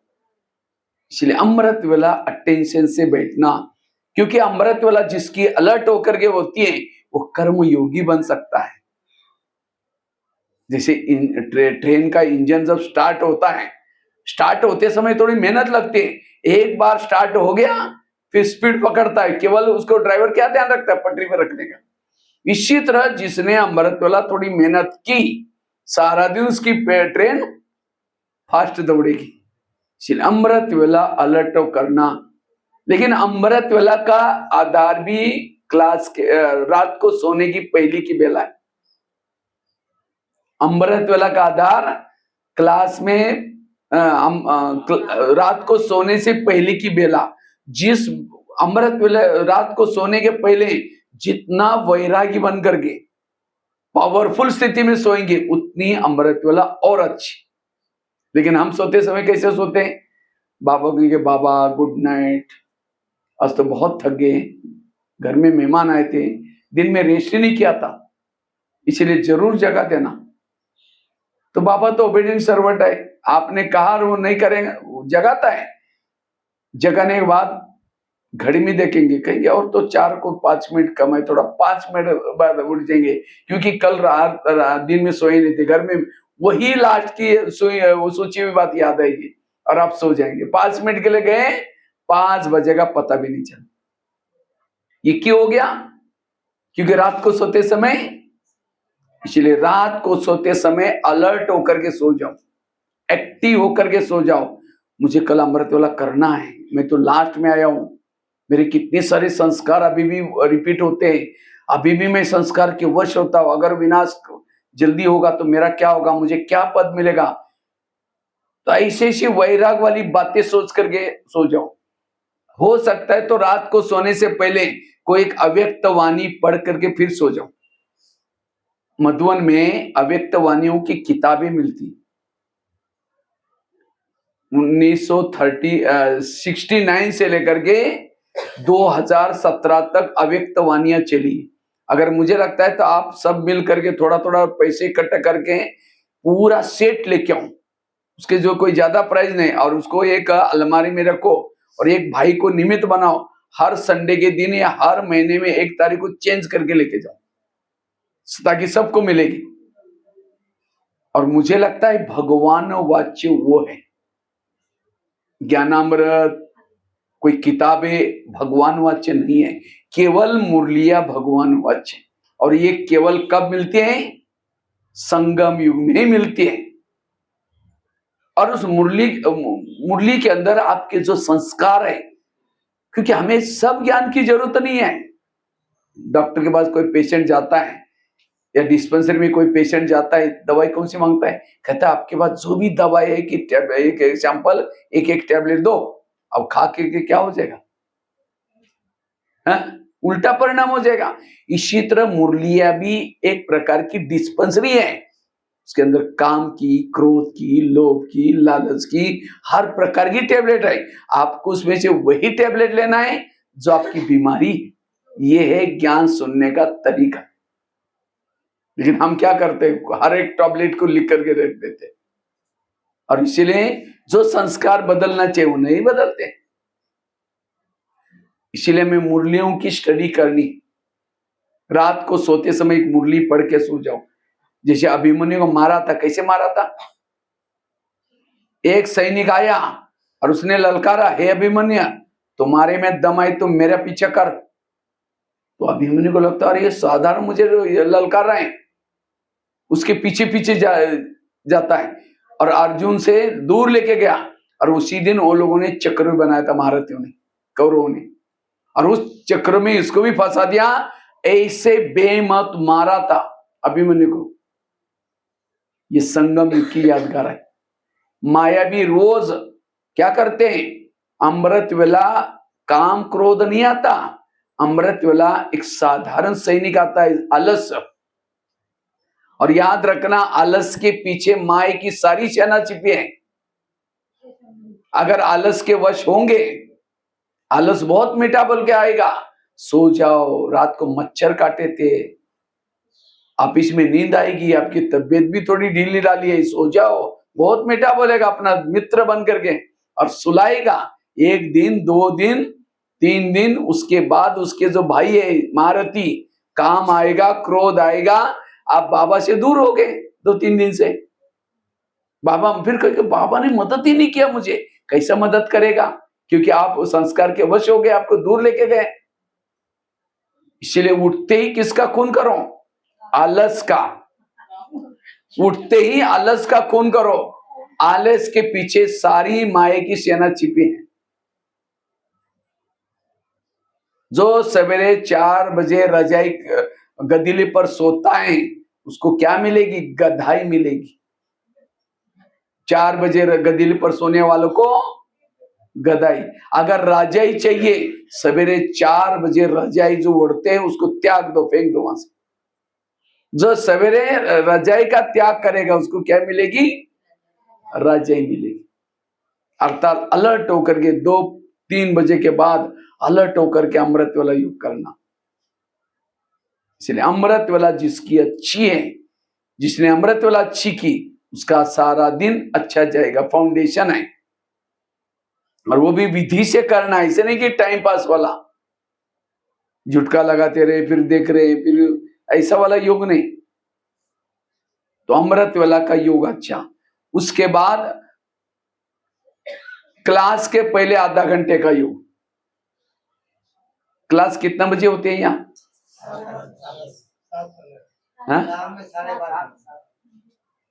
सवेरे की क्लास कितना बजे होते हैं, 7 बजे मतलब शुरुआत होते हैं। और योग कितना 6:30 बजे चालू हो जाता है, लेकिन आते कितने, 6:45 बजे आएगा, कोई 7 बजे आएगा, कोई 7:05 में आएगा। जो क्लास के पहले योग नहीं करता, उसकी मुरली उसकी कोई काम की नहीं, कोई काम की नहीं। मुरली की धारणा तब होती है जब क्लास के पहले योग करेंगे। धान बोते खेती में, कैसे बोते हैं, पहले हल चलाते हैं, जमीन को तैयार करते हैं, और बाद में क्या करते हैं, धान बोते। इसी तरह ज्ञान का बीज दिमाग में डालना है, पहले हल चलाओ, योग करके फिर सुनो। नहीं तो उसको कहेंगे जो केवल मुरली सुनता है वो है धृतराष्ट्र। धृतराष्ट्र कैसा था, अंधा। क्यों अंधा, मतलब आंखों से अंधा हम नहीं बनेंगे। कैसे अंधे, पता ही की गलत है, पता ही की नहीं करना चाहिए, पता ही की श्रीमत के विरुद्ध है, तो भी कर रहे हैं, क्योंकि ज्ञान है, समझ है, लेकिन ताकत नहीं, क्योंकि क्लास के पहले योग ही नहीं किया, हुआ है अंधा। इसलिए क्लास के पहले आधा घंटा, हमको याद है जब हम स्कूल में पढ़ते थे, हर स्कूल में प्रेयर होती है, पहले प्रेयर होती है। और जब हमारे प्रिंसिपल क्या करते थे, प्रेयर के समय जो भी बच्चे नहीं होते थे, प्रेयर चालू होते ही मेन गेट बंद होता था, और प्रेयर होने के बाद सारे बच्चे जाते थे, फिर गेट खोलते थे। जो जो बच्चा आता है उसकी इतनी पिटाई होती थी, दोबारा कभी वो मिस नहीं करता। इसी तरह हमारे भी प्रिंसिपल बाबा देखता है, अरे 7 बजे तो भी अभी दौड़ रहे, घर से निकल रहे हैं, चक्कर लगाता है, देखता है सबको, अभी पिटाई नहीं होगी, सारी धर्मराजपुरी में पिटाई करेगा। तो 20 तारीख देख, तुम्हारा वीडियो बना कर रखा है मैंने, देख कितना लेट आए थे। क्योंकि साधारण विद्यालय नहीं है, प्रिंसेस का कॉलेज है। मैं कोई शहर में गया था, मुझे बड़ा अच्छा लगा, वहां 5:30 से 6 योग है, 6 से 7 मुरली। जैसे मैं 5:30 बजे पहुंचा, हाल खचाखच भर गया था। तो मैंने बहन जी को कहा शायद मैं आने वाला है, इसलिए सवेरे सवेरे जल्दी लोग आए। कहते भाई साहब हमारा नियम है, 5:30 के बाद हम नीचे से गेट को बंद कर लेते, उसके बाद जो आएंगे, नीचे एक रूम बना हुआ है, वहां माइक रखा है, वहां ही सुनेंगे। अंदर क्लास में उन भाई बहनों को अलाउ नहीं जो मुरली क्लास के पहले योग नहीं करते। कितना अच्छा नियम।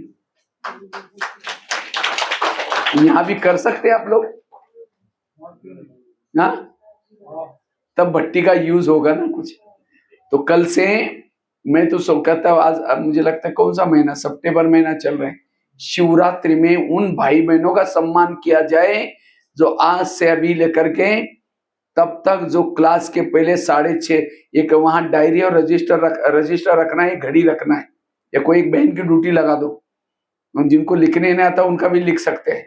जो आते ही वो कितना बजे पहुंचा उसके नाम के सामने लिखो। 6:30 से बजे पहले जो आएगा फर्स्ट नंबर में, 6:45 बजे आएगा उससे पहले आएगा सेकंड नंबर, और 7 से पहले आएगा वो थर्ड नंबर। उसके बाद किसी की गिनती नहीं। और जो 6:45 बजे आएगा स्पेशल उसका सम्मान किया जाएगा।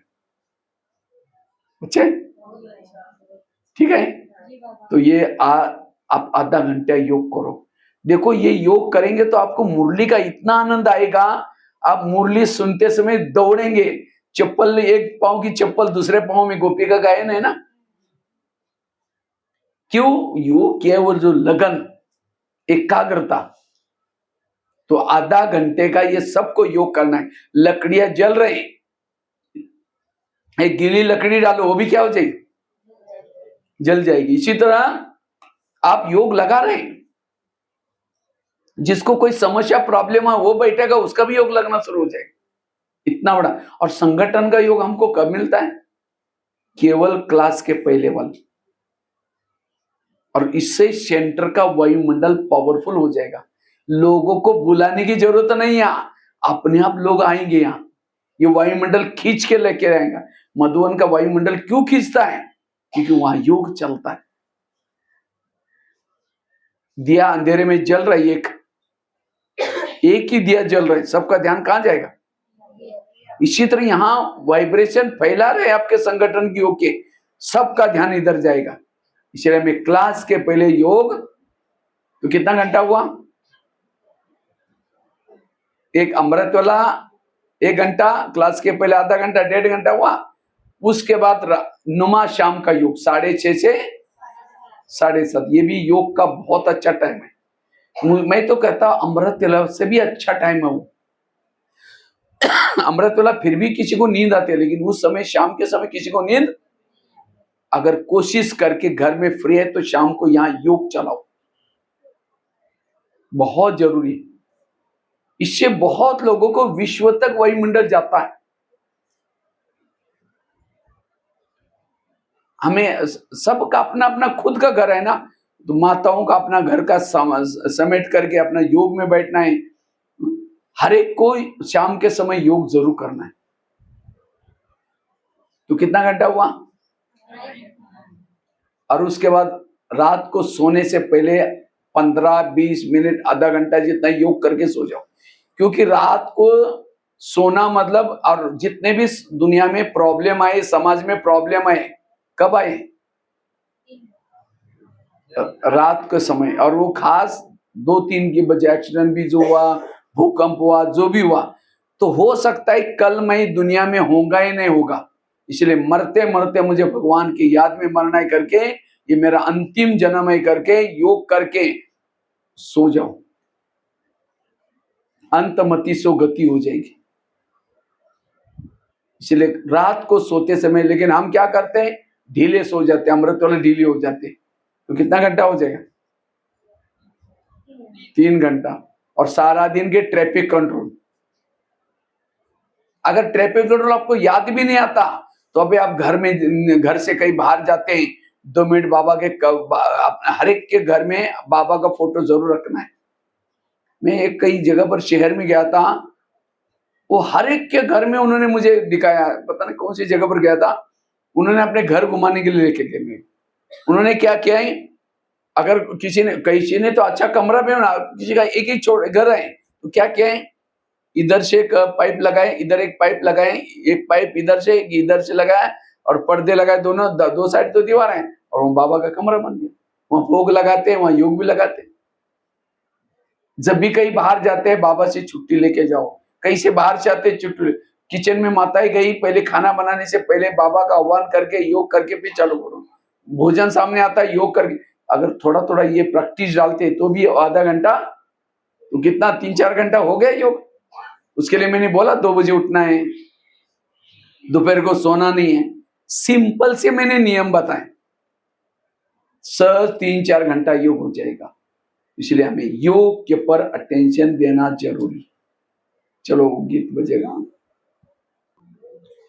तो विशेष हम लोगों ने एक तो योग का महत्व कितना है उसके बारे में जानकारी ली, दूसरी योग की विधि क्या है, हाँ, उसके लिए मन बुद्धि में क्या है, मन का काम क्या है, बुद्धि का काम क्या है, इसके बारे में जाना, विधि, मोबाइल का एग्जाम्पल। और तीसरा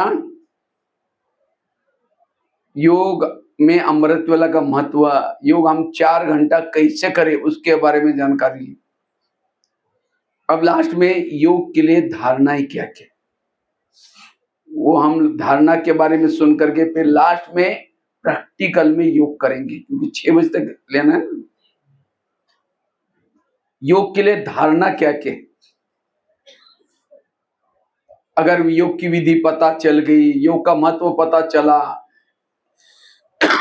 लेकिन अगर वो धारणा आपके जीवन में नहीं है, आप योग नहीं लगा सकेंगे। तो योग लगाने के लिए कुछ धारणा है, जैसे पहले कंप्यूटर में पेज मेकर के फाइल आती थी, पेज मेकर एक ये आता था, उस पेज मेकर की फाइल खोलने के लिए उसके लिए कुछ सपोर्ट फाइल रहती थी। अगर उस फाइल को डिलीट किया, पेज मेकर कैसा खुलेगा? इसी तरह योग की फाइल खोलनी है, उसके लिए कुछ सपोर्ट बातें हैं। अगर वो बातें नहीं है, समझो आपको लंदन जाना है, घर में बैठ करके वो लंदन जाना है, लंदन जाना है, लंदन जाना है, लंदन जाना है, पहुंचेगी लंदन? लंदन जाना है, यहाँ से बस स्टैंड जाना पड़ेगा, रेलवे स्टेशन जाना पड़ेगा, यहाँ से अगर फ्लाइट है तो दिल्ली जाना पड़ेगा, नहीं तो यहाँ से रांची जाना पड़ेगा, रांची से दिल्ली जाना पड़ेगा, दिल्ली से फिर लंदन में जाएंगे। और रांची गए ही नहीं, बस स्टैंड गए ही नहीं, रेलवे स्टेशन गए ही नहीं, तो कैसे जाएंगे? इसी तरह मुझे योग के स्टेशन पर परम धाम में जाना है, कम बोलने का स्टेशन, आत्माभिमानी बनने का स्टेशन, पर चिंतन से मुक्त बनने का, कुछ स्टेशन है, ये क्रॉस करेंगे तब वहां पहुंचेंगे। जैसे 18 जनवरी आती है तो आप लोग क्या करता, आपका योग बहुत अच्छा लगता है, क्यों? उसी दिन आप साइलेंस में, उसी दिन आप श्रीमद प्रमाण चल रहे। तो ये रोज करो कि क्यों नहीं पहुंचेंगे? वो करते नहीं, फिर कहते योग लगता ही नहीं। तो योग लगाने के लिए कुछ धारणा है। पहली धारणा है, पर चिंतन से बचे रहो।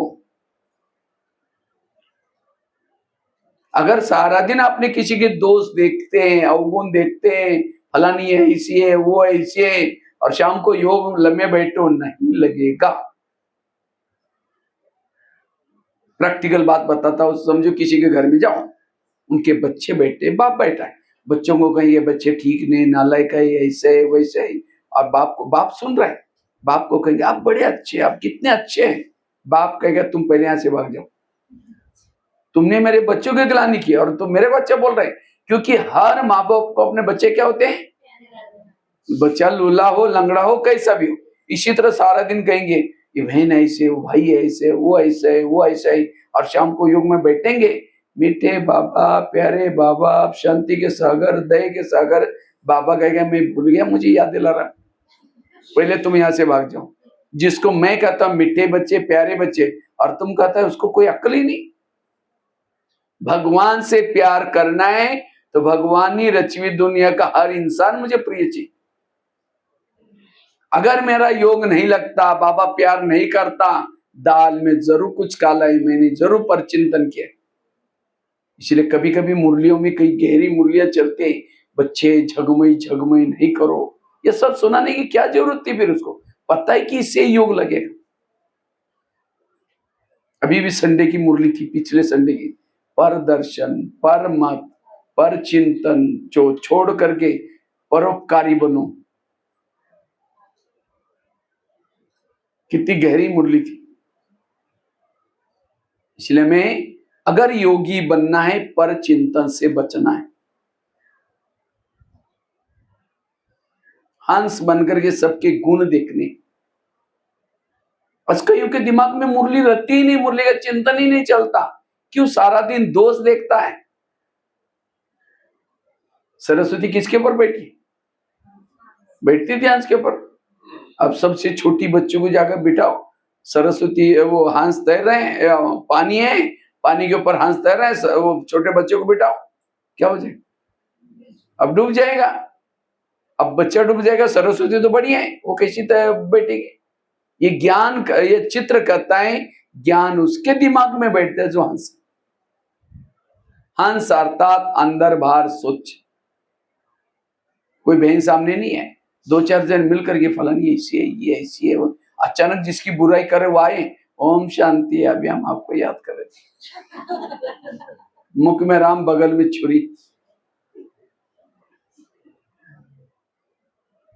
जो मुरली, जो दोष देखता है सारा दिन, मुरली सुनेंगी, वरदान भी याद नहीं रहेगा, स्लोगन भी याद नहीं, सारी मुरली दिमाग से निकल जाएगी, बुद्धि को ताला लग जाएगा। जिसके दिमाग में ये मुरली के पॉइंट नहीं, उसको खुशी नहीं, उसका योग कहां लगेगा? इसलिए पर चिंतन से बचना। कई कहते हम करते नहीं, कोई आज सुनाता है, क्यों सुनाता? हम कहते अच्छा अच्छा, और क्या हुआ? वो उठ के भी जा रहा है, बैठो ना, चाय पानी पी के जान, बताओ ना और क्या हुआ। बाबा ने उस मुरली में बड़ी गहरी अच्छी चीज, अरे तुमको पता है, फोन करके बताएंगे, आने के बाद बताऊंगा। कहीं तो बाबा ने कहा पत्र भी लिखेंगे, आने के बाद सारा बताऊंगा। किसी को वोमिटिंग आती है, उल्टी आती है, कहां जाता है? उल्टी आता है तो कहां जाता है? उल्टी क्यों करता है? चटपटी चीजें खाई, तला हुआ सड़ा हुआ खाया, पेट में डाइजेस्ट नहीं हुआ, उल्टी करता है। कहां? वॉश बेसिन में। और कोई उल्टी करता है तो हम नाक बंद करके उधर जा रहे, उधर वॉश बेसिन में ऐसे करते। इसी तरह कोई परिचिंतन करता है, क्यों? सारा दिन चटपटी बातें देखी और सुनी, वो बुद्धि में डाइजेस्ट नहीं हुई, फिर वोमिटिंग करेगा। कहां? कान है वॉश बेसिन, कान का आकार कैसा है? सुंदर सा वॉश बेसिन है, बीच में नली में, और हर एक का वॉश बेसिन फिक्स है। जब कोई ऐसी चटपटी बातें देखी सुनी, उसको कहेंगे आ जाओ, फोन करके बुलाएगा। अगर नहीं आता, मैं आऊंगा, कोई बात नहीं, क्योंकि उसको उल्टी करना है वहां, वो खुद होके जाएगा। अब वो कोई स्टूल में कोई उल्टी करता, उसको भगाते हैं, यहां कोई उल्टी करता तो डाल दो। अगर कोई कान में उल्टी कर ले, मच्छर मक्खी पैदा होगी, वहां कैसे भगवान रहेगा? शांति कैसी होगी? सुख कैसा होगा? इसलिए कोई व्यर्थ बातें सुनाता, उसको हाथ जोड़ो, हमको ऐसी बातें मैंने सुनाएगा, क्योंकि ये बातें सुनने से भावनाएं बिगड़ जाएगी। और भावना और योग, इसका बहुत गहरा कनेक्शन है। जितनी मधुवन के लिए भावना, सेंटर के लिए भावना, बहनों के प्रति भावना, उतना योग। जो मेरी भावनाएं खराब करता है वो मेरा दुश्मन है।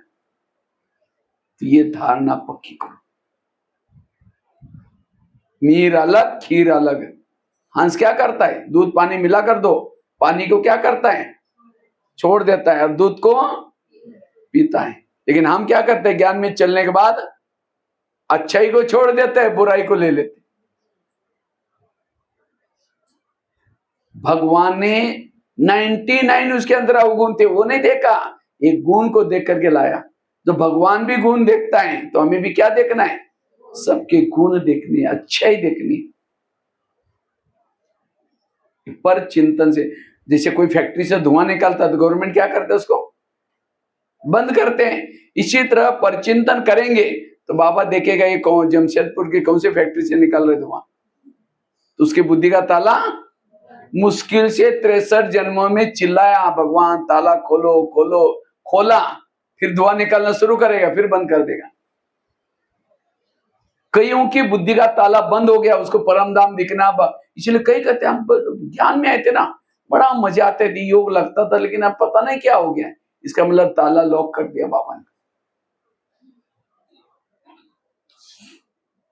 इसलिए पर चिंतन नहीं करना। पर चिंतन करने वालों को सुख शांति नहीं मिलेगी। तो ये धारणा पक्की है। दूसरी धारणा है श्रीमत का पालन। जो सारा दिन श्रीमत का पालन करता है उसका योग अच्छा लगेगा।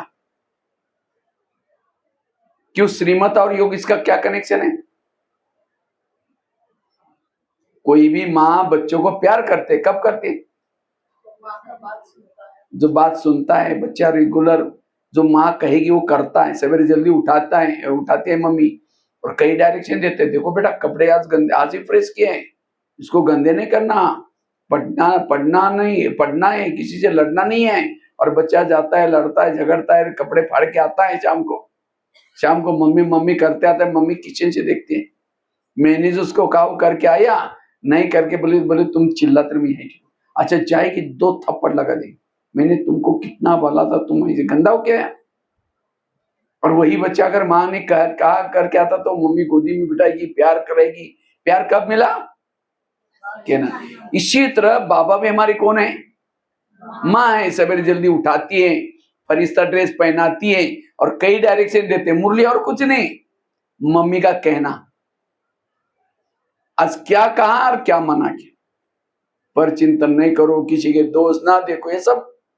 लेकिन हम क्या करते, जो मना किया वो कर लेते, और जो करने के लिए वो उसको तो शाम को आएंगे, जैसे बच्चे मम्मी मम्मी करता, हम भी आकर के योग में बैठेंगे, बाबा बाबा करेंगे, मम्मी किचन से खिड़की से देखते हैं तो बाबा भी परम धाम के खिड़की से देखता है, मैंने जो उसको कहा करके आया, नहीं करके आया, बोले कि तुम चिल्लाते नहीं है। प्यार एक तरफ से नहीं, दोनों तरफ से होता है। हम कहे बाबा, बाबा भी कहे बच्चे। इसलिए श्रीमत का पालन। तो कितना परसेंटेज आप लोग श्रीमत प्रमाण चलते होंगे बताओ? हर एक का अलग अलग है, तो हर एक अपना पर्सनल बताओ। मैं 90, 95, 100, 85, 10 कितना है बताओ? 2-4 जन बताओ तो पता चलेगा कितना पता चलेगा। 75। अच्छा बताओ, और बताओ भाई लोग। 50 और 25 और बताओ पीछे माता है कितना परसेंटेज अब बाबा के श्रीमत प्रमाण चलते? 60 और 90। आजकल के भाई बहने ये बता माता है क्या बोल रहे?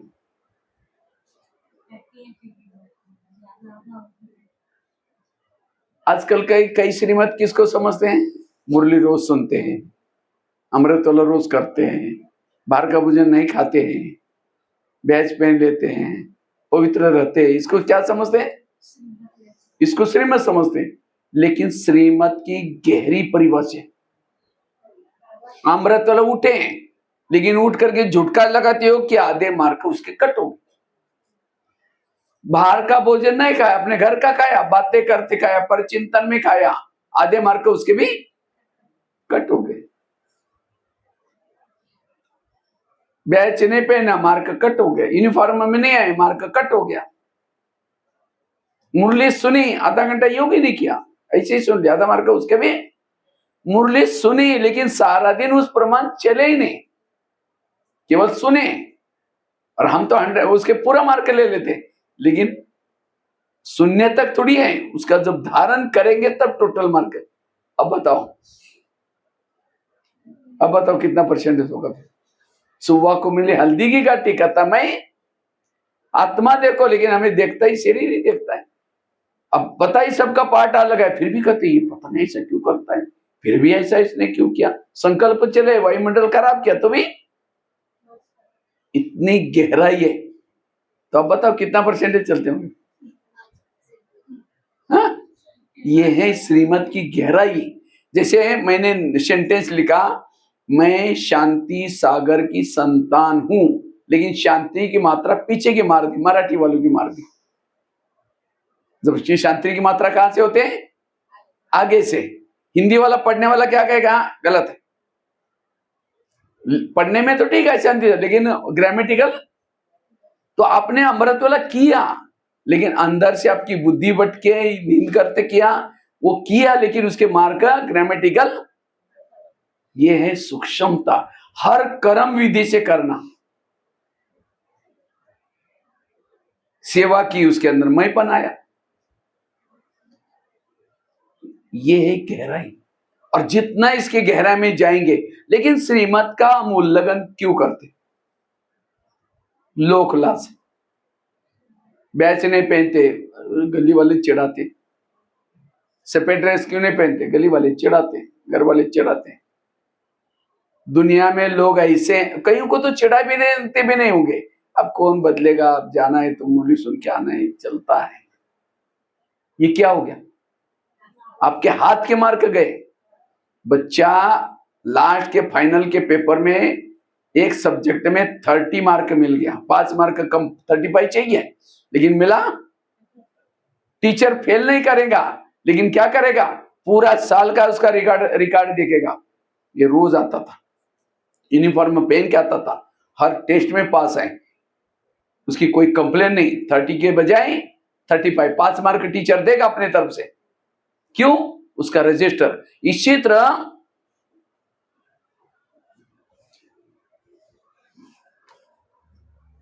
अगर हम भी फेल हो गए, लास्ट में फेल होने के बाद बाबा देखे गए, ब्राह्मण बनने के बाद रोज आता था, इसको कितनी पेपर मैंने दिया तो भी इसमें पास हो गया।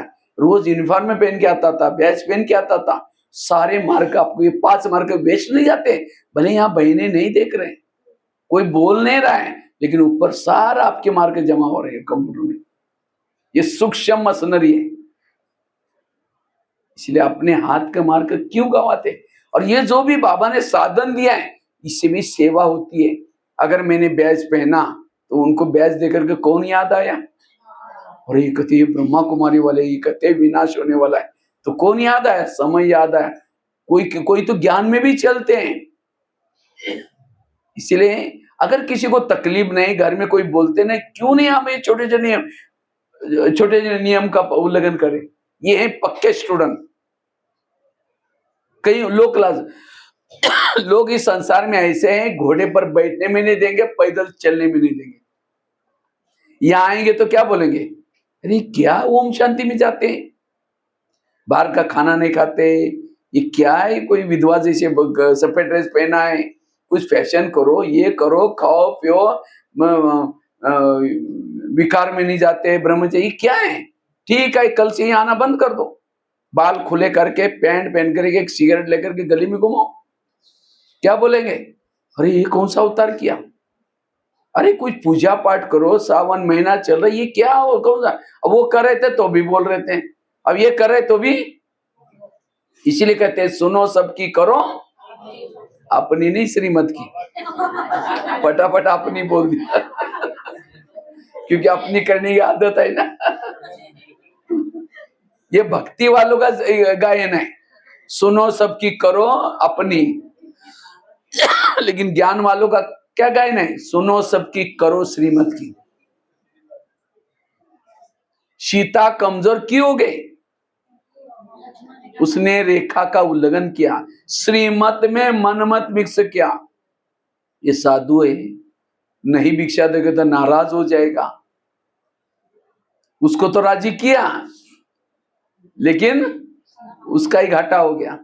इसी तरह हम भी क्या करते? अरे इनके घर में 5 साल के बाद आए, अगर इनका पानी नहीं पियेंगे, खाना नहीं खाएंगे, बेचारे नाराज हो जाएंगे। उसको राजी देने के करने के बजाय बाबा तो नाराज नहीं होता, आपका तकदीर नाराज हो गया। इसलिए ऐसा काम करो जो मेरा तकदीर नाराज ना हो जाए, भगवान को राजी करो। सत्युग में आकर के नहीं बोलेगा ये करो वो करो। इसलिए श्रीमत का पालन करना है, और जितना श्रीमत का पालन करेंगे उतना शक्तिशाली बनेंगे। इसलिए आज जितना श्रीमत, तब आपका योग लगेगा। जो श्रीमत प्रमाण चलते हैं उसका बाबा के ऊपर विश्वास है, निशानी है। इसलिए बैच पहनना, या हर जो नियम है उस प्रमाण चलना, वो पक्के स्टूडेंट की नहीं। और पक्के बच्चे जाते हैं सतयुग में, और कच्चे जाते हैं त्रेता युग में। इसलिए मैं पक्के स्टूडेंट बनना है। यहाँ फिर भी लोग क्लास कम होते हैं। मैं देखता हूँ, राजस्थान में रहता हूँ, कई माताएं जब क्लास में आकर के बैठते हैं, घूंघट लेकर के बैठेगी, दृष्टि लेना है, घूंघट थोड़ा खोल के ऐसे। अभी कुछ दिन पहले हम लोग राजस्थान में मधुबन में बहुत सारे माताएं आई थी, 5-6 साल पहले की बात है। उस समय टेलीफोन होते थे, अभी तो मोबाइल हो गया, आजकल टेलीफोन मधुबन के भी बंद हो गए लगभग। तो उस समय कुछ माताएं फोन करने के लिए आई थी, तो उस समय देखा उसने घूंघट वगैरह नहीं लिया था, तो जैसा फोन लगा फटाफट घूंघट लेकर के अंदर से बात कर रहे थे। घूंघट पूरा होने के बाद माता जी को पूछा, माता जी ऐसे घूंघट से बात क्यों करे? कहते ससुर जी से बात कर रहे थे। मैंने कहा ससुर जी कहाँ है? कहते जयपुर में। 500 किलोमीटर दूर से देखा तो नहीं हमने कहा ससुर जी ने, लेकिन ससुर जी का ससुर जी कौन है? बाबा। उतनी इतनी लोग ला जाते हैं, अगर अमृत वाला नहीं उठेंगे ससुर जी क्या बोलेंगे, मुरली सुनने के लिए नहीं जाएंगे ससुर जी क्या बोलेंगे। इसीलिए अगर लो क्लास करने है बाबा की करो, बाकी किसी के करने की कोई जरूरत नहीं है।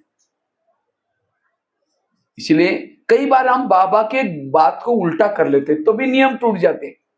समझो कोई पति पत्नी ज्ञान में चलता है, पत्नी पति को कहेगी भाई जी चलो जल्दी क्लास में तो मुरली पूरी हो जाएगी, और यही बात कोई पड़ोसी सुन लिया तो अरे ये अपने पति को भाई जी बोलते हैं। और कभी जाकर ज्ञान सुना, हमारा ज्ञान बहुत अच्छा, आप चलो ना, क्योंकि हमको टाइम ही नहीं। उनको टाइम में आने की इच्छा है, लेकिन उसी दिन की बात सुन ली तब से बुद्धि में डाला है, अगर इनके ज्ञान में चलेंगे हमारे पति को क्या बनाना पड़ेगा? भाई जी बनाना। तो ये एक आत्मा यहाँ आने से वंचित हो गया आपके बोल से, ये भी क्या हुआ? विकर्म हो गया। भले बात सिंपल है, बाबा का भाव ये नहीं, पति को जो बोलते वो बोलो, दृष्टि वृत्ति भाई की तरह रखो। कहने में भाई जी और कहने में दृष्टि वृत्ति कुछ विकारी, क्या फायदा? बाबा कहते बच्चे संबंधी को भूल जाओ, हम जाना ना बंद करते, और कभी 10-12 साल के बाद जाएंगे, कहेंगे हमारा क्या आजकल हम ज्ञान में चलते हैं, अभी चलो ना, कहेंगे हमको टाइम है। उनको टाइम आने की इच्छा है, लेकिन उनको लगता है अगर इनके ज्ञान में चलेंगे, जैसे इन्होंने हमको छोड़ा हमको भी सबको छोड़ना पड़ेगा। बहुत सूक्ष्म बातें शिव विकर्म बन जाते हैं। इसलिए कई लोग बोलते हैं ना ब्रह्मा कुमारी क्या नहीं जाना, घर बार छोड़ाते हैं। तो हमने किया है तब तो जाकर के किसी ने तो किया होगा ना, तो इन सब का बोझ किसके ऊपर चढ़ा? उस आत्मा के ऊपर। जाओ आओ, लेकिन बुद्धि किसी में। एक भाई था ज्ञान में चलता था 1 साल से, एक बार होटल में गया, समोसा मंगाया, समोसा जानते हैं ना, सिंगाड़ा भी बोलते हैं। तो 1 किलो समोसा मंगाया, मैदे का छिलका छिलका फेंक देता है, मसाला खाता है। तो मैनेजर ने बोला आप मैदा पसंद नहीं करते? कहता पसंद तो करता हूँ, लेकिन आजकल मैं ब्रह्मा कुमारी आश्रम में जाता हूँ, उन्होंने कहा कि बाहर का नहीं खाना, इसलिए बाहर का निकाल करके अंदर।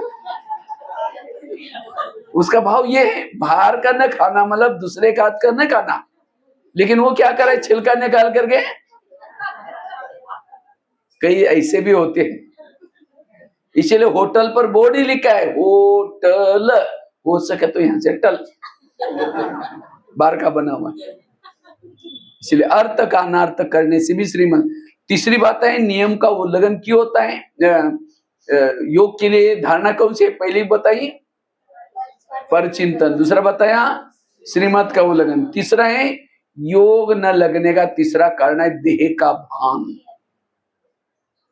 देह भान वालों का योग, बाबा कहता है मैं तुम्हारा साजन हूं और तुम मेरी कौन हो? सजनी। मैं तुम्हें पलकों पर उठाकर लेकर, भी आता है मुरली में, मैं साजन तुमको पलकों पर बिठा कर लेके जाने के लिए आया हूं।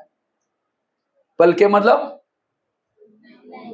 हमारा साजन तो बिंदु है, और हम 60-70 किलो वाला देह बन वाला था, पलके पर कैसे बैठेंगे? पलकों पर आत्मा बैठ करके, आत्मा बनेगे तब जाकर के लेके जाएगा, देह बन वाला कैसे जाएगा? अब साजन छोटा है, सजनी भारी है, उठा करके कैसे लेके जाएगा? इसलिए साजन उठा, इसलिए आत्मा समझो, आत्मा अभिमानी बनो। एक भाई क्वेश्चन पूछा, कहता भाई साहब बर्फ के पास कोई जाकर बैठेगा तो क्या अनुभव होगा? ठंडी का अनुभव होगा, अपने आप ठंडी हवा आएगी, कमेंट्री करने की भी जरूरत नहीं, हो कितनी ठंडी आ रही है, कितना एक कौन बोलने की भी जरूरत नहीं, गरीब हो अमीर हो सबको ठंडी होगी। अब कोई आग के पास जाएगा तो क्या हो जाएगा? गर्माहट अनुभव होगा, उसके लिए भी कोई कमेंट नहीं। अब परमात्मा सर्वशक्तिवान है, अगर उसके पास कोई बैठेगा तो शक्ति का, शांति का, आनंद का। लेकिन कहता है माउंट आबू में डायमंड हॉल में बाबा आया था, और बाबा डायमंड हॉल में आया था, 4 घंटा डायमंड हॉल में बाबा बैठा था, और कहता है मैं बहनों से बोल करके जुगाड़ करके बिल्कुल सोफे के नजदीक जगह लिया था, सोफे के पास, पहली सोफे दूसरी लाइन में लिया था, बिल्कुल नजदीक, सबसे नजदीक बैठा था।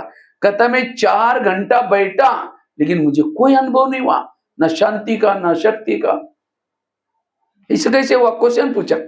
तो मैंने एक छोटा एग्जांपल दिया। हमने कहा एक बड़ा सा चुंबक है, बहुत बड़ा चुंबक है, उस चुंबक के सामने लोहे के टुकड़े डालो, क्या हो जाएगा? सारा इकट्ठा करेगा। इसका मतलब चुंबक पावरफुल है। लेकिन लोहे के टुकड़ों को बड़ा सा कपड़ा लेकर के, वो कपड़े के अंदर लपेट लपेट लपेट लपेट करके घाटी बना करके रख दो, हिलेगा भी नहीं। चुंबक खराब है, चुंबक अच्छे हैं, लेकिन लोहे के टुकड़ों को कहां डाला है? कपड़े। इसी तरह बाबा भी एक चुंबक है। बाबा के सामने देह के कपड़े के अंदर होकर के बैठेंगे, देहबान में, कैसा खींचेगा? इसलिए पहले आत्मा समझो फिर बैठो। आत्म अभिमानी वाला का योग लगता है। अभी मधुवन में जाने वाले हैं ना आप लोग, कब? फरवरी में कुछ टर्न है, फरवरी में ईस्टर्न टर्न। टिकट तो बनाने वाले होंगे। टिकट बनाने से पहले अपनी स्थिति को भी बनाओ, आत्म अभिमानी बनने की तैयारी करके जाओ। देहबान में जाएंगे तो कोई भी अनुभव नहीं होगा। इसलिए बाबा हर मुरली में कहते हैं बच्चे आत्मा समझो, बच्चे आत्म अभिमानी बनो। आत्म अभिमानी वालों का ही योग लगता है। बाबा ने एक मुरली में कहा, मेरा तुम्हारे से प्यार था, इसलिए मैं परम धाम छोड़ करके अपना रूप बदल करके आया, घंटों तक तुम्हारे भाषे में आकर के, तुम्हारे सामने आकर के, तुम्हारे इस दुनिया की एग्जाम्पल देकर, तुम्हारे ज्ञान का डमरू बजा बजा करके सारे भेद खोले। ये मेरा तुम्हारे से क्या था? प्यार था। इसलिए मैं प्यार के खातिर आकर के रात रात बैठ करके समझा। अब मैंने इतना सारा सुना करके तुम्हारा मेरे से प्यार हो गया है, तुम भी मेरे पास आकर के घंटों तक बैठो। लेकिन बाबा ने कहा कई बच्चे आकर के बैठना चाहते हैं, लेकिन ज्यादा समय टिकते नहीं, खिसक जाते। क्यों? क्योंकि वो रूप ही नहीं बदलते, वही साकार में आकर के बैठते मेरे पास, इसलिए टिकता ही नहीं। इसलिए अपना रूप बदलो, अशरीरी आत्मिक स्थिति में बनो। आत्मिक स्थिति वालों का ही योग लगता है, आत्मिक स्थिति वालों की बुद्धि परमधाम में जाते हैं। इसलिए बार बार आज की मुरली में भी था, बच्चे अब घर जाना है, अब इस शरीर रूपी वस्त्र को भूल जाओ, आत्मा समझो। कल की मुरली में भी था, ईंट गिरेगी, भूकंप आएगा, डरो नहीं, निर्भय बनो, इसलिए आत्माभिमानी बनो। कल की मुरली में था। रोज ये बाबा आत्मा का पाठ पक्का कराता है, क्योंकि जो देहबान में होगा उसको योग कैसा लगेगा। इसलिए योग लगाने के लिए आत्माभिमानी स्थिति की धारणा भी जरूरी है। इसलिए कैसे बनना, उसके लिए बहुत सारी बातें। आत्माभिमानी विधि से योग लगाओ, निरहंकारी बनो, पवित्रता की धारणा करो, सोमानों के अभ्यास करो, आत्माभिमानी बनेंगे। चौथी धारणा है, अगर ये सारा दिन आपके पास है तब आपका योग, नहीं तो सारा दिन देहभान में है, पर चिंतन किया है, श्रीमत का उल्लंघन किया है। टोटल मुझे लगता है मुरली में यही सारी बातें आती है रोज की मुरली में। ये मैं निचोड़ आपको मुरलियों का सुना रहा हूं, सार सुना रहा हूं। ये करेंगे तब आपका योग लगेगा। चौथी धारणा है, संकल्पों को कम चलाओ, पॉजिटिव चलाओ, सकारात्मक चलाओ। जिसके संकल्प ज्यादा है, व्यर्थ है, निगेटिव है, वो योग कैसा लगा सकता है? क्योंकि जब संकल्प ज्यादा चलते हैं, निगेटिव चलते हैं, तो पहले तो हमारा मन भारी होता है, और भारी मन ऊपर नहीं जाएगा।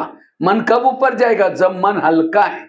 आजकल सभी के निगेटिव संकल्प ज्यादा चलते हैं, और जिसके संकल्प ज्यादा चलते हैं उसको रात को चैन की नींद नहीं आती। जिसके संकल्प ज्यादा चलते मन से थक जाता है। एक लोहे का मन लेकर के ऊपर फेंको, जाएगा? तो लोहे का मन ऊपर कैसा जाएगा? इसलिए मन को क्या बना दो? मन बना दो, मन को हल्का बना दो, हल्का मन ऊपर जाएगा। इसलिए व्यर्थों से बचे रहो। जो ज्यादा सोचता है, निगेटिव सोचता है, शारीरिक रूप से मानसिक रूप से थक जाता है। ज्यादा सोचने से दिमाग गर्म हो जाता है, और जिसका दिमाग गर्म होता है, दिमाग में केमिकल उतरते हैं, बीमारियां होती है। इसीलिए कहते हैं ना, जिसका पाव गरम, पेट नरम, दिमाग ठंडा, उस घर में कोई डॉक्टर है, उसको मार दो डंडा। पाव को कैसे रखो? गरम, पेट को नरम, दिमाग को ठंडा। लेकिन आजकल उल्टा होता है, पांव रहते ठंडे और दिमाग रहता है। कहते ना, आज मेरे को इसने मेरा दिमाग ही गरम किया, दिमाग में आकर गरम किया, मैंने आग लगाई। मना ऐसा कोई बोला, मेरे को ज्यादा विचार चले, उसको तनाव, टेंशन रहता है। टेंशन क्या है? तनाव क्या है? तनाव को इंग्लिश में बोलते हैं टेंशन। टेन मतलब 10, सन मतलब बच्चे। अब किसी के 10-12 बच्चे हैं, माँ बाप शांति से बैठेंगे। एक आएगा, पापा जी मुझे कपड़े चाहिए, बेटा बाद में देंगे। तो दूसरा आएगा, पापा जी मुझे परीक्षा की भेजने हैं। उसके बाद तीसरा आएगा, पापा जी मुझे। जितने बच्चे उतनी समस्या भी। इसलिए कहते हैं छोटा परिवार, 1-2 बच्चे पैदा करो, इनकी इच्छा पूर्ण करो, माँ बाप भी सुखी, बच्चे भी सुखी। तो हमारे बच्चे कौन से? अनेक संकल्प विकल्प बहुत पैदा करेंगे। शाम को योग में बैठेंगे, वही संकल्प आपको हिलाते रहेंगे, पापा जी। एक को भगा, दूसरा क्या कहा, पापा जी। फिर कहते हैं योग में माया आते, माया मतलब कोई राक्षस आता है। सारा दिन जो पैदा किया वही आते हैं। इसलिए कम पैदा करो। आज लोगों को बीमारी हो रही, किसी को पेट की बीमारी, ईर्ष्या करने वालों को पेट की बीमारी, किसी को दूर का कम दिखता है, दूसरे की बुराई को आंखें फाड़ फाड़ के देखते हैं। किसी का ब्लड प्रेशर बढ़ गया, बीती हुई बातों को याद किया, ब्लड प्रेशर। आज किसी को शुगर, दूसरों को कंट्रोल में रखने की कोशिश करेंगे। मैं इसकी सास हूं, मैं इसकी माँ हूं, इसको मैंने पढ़ाया लिखाया, छोटे से बड़ा किया। जब इसकी शादी में अपनी पत्नी का मानता है, मुझे नहीं पूछता। ऐसे टेंशन से शुगर। तो सारी बीमारी का जड़ है ज्यादा सोचना। इसलिए पॉजिटिव सोचो, सकारात्मक सोचो, कम सोचो। जितना कम सोचेंगे आपका योग, उसे मन हल्का रहेगा और तब योग लगेगा। इसको ही बाबा कहते हैं अंतर्मुखी बनो, मन को चुप रखो। मन जीते सो जगत जीते, कई शब्दों से यूज करता है। इसलिए व्यर्थों से मुक्त बनना। जितना व्यर्थों से मुक्त बनेंगे, योग लगेगा। मन स्वच्छ रहेगा, बुद्धि स्वच्छ रहेगी, मन हल्का रहेगा। आज किसी को स्पॉन्डिलाइटिस होता है, रास्ते में जा रहे सब्जी लाने के लिए, वो क्या करती हैं, वो क्या करता है, इधर उधर देखने वालों को स्पॉन्डिलाइटिस। फिर डॉक्टर को कहेंगे, डॉक्टर जी मेरे गले में कुछ अकड़न हो रहे हैं। तो डॉक्टर चेक करता है, कहता आपको स्पॉन्डिलाइटिस हुआ, इसका इलाज करके एक बड़ा सा पट्टा लगाता है। जब पट्टा लगेगा 6 महीना ना इधर देखेगा ना इधर देखेगा, सीधा देखते चलना पड़ेगा। अगर पहले सीधा देखो तो ये प्रॉब्लम होगा ही नहीं। आज किसी को ब्रेन हेमरेज, ब्रेन ट्यूमर, सारी बीमारी का कारण है निगेटिव सोचना।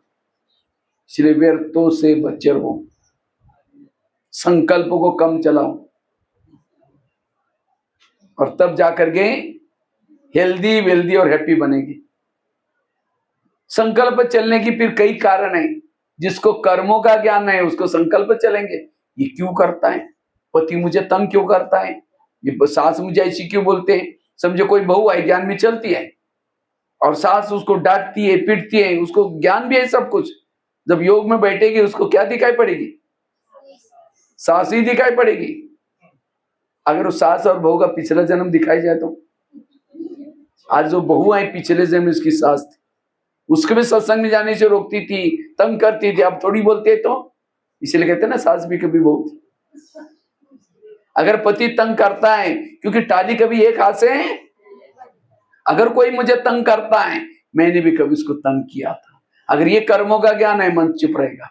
किसी ने गाली भी दी, क्या समझो, अच्छा इनका भी बहुत दिन का बाकी था पूरा हो,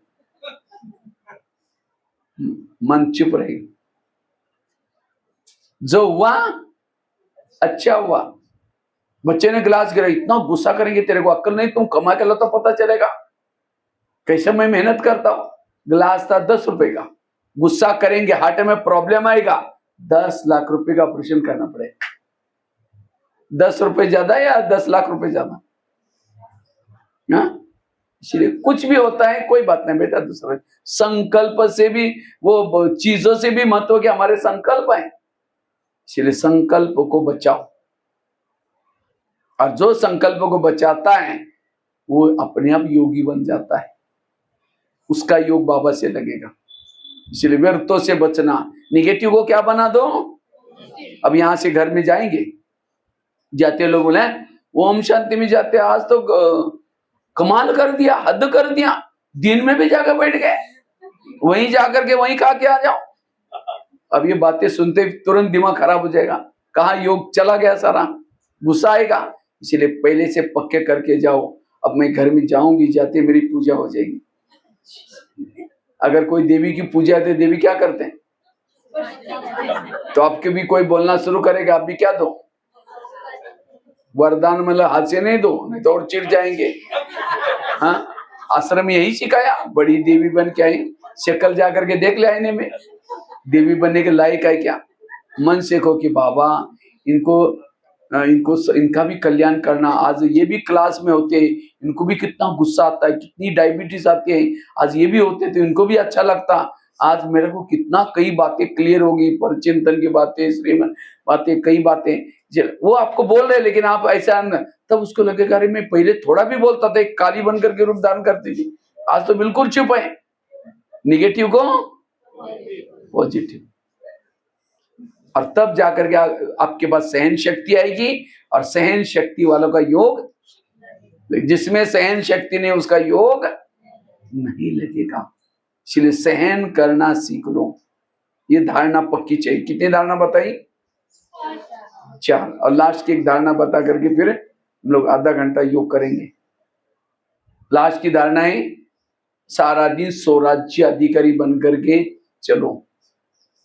योग क्यों नहीं लगता, आंखें गलत देख लेते हैं, कान गलत सुन लेता है, मुख गलत बोल देता है, मन मेरा सोच लेता है, इंद्रियों पर शासन नहीं, योग नहीं लगेगा।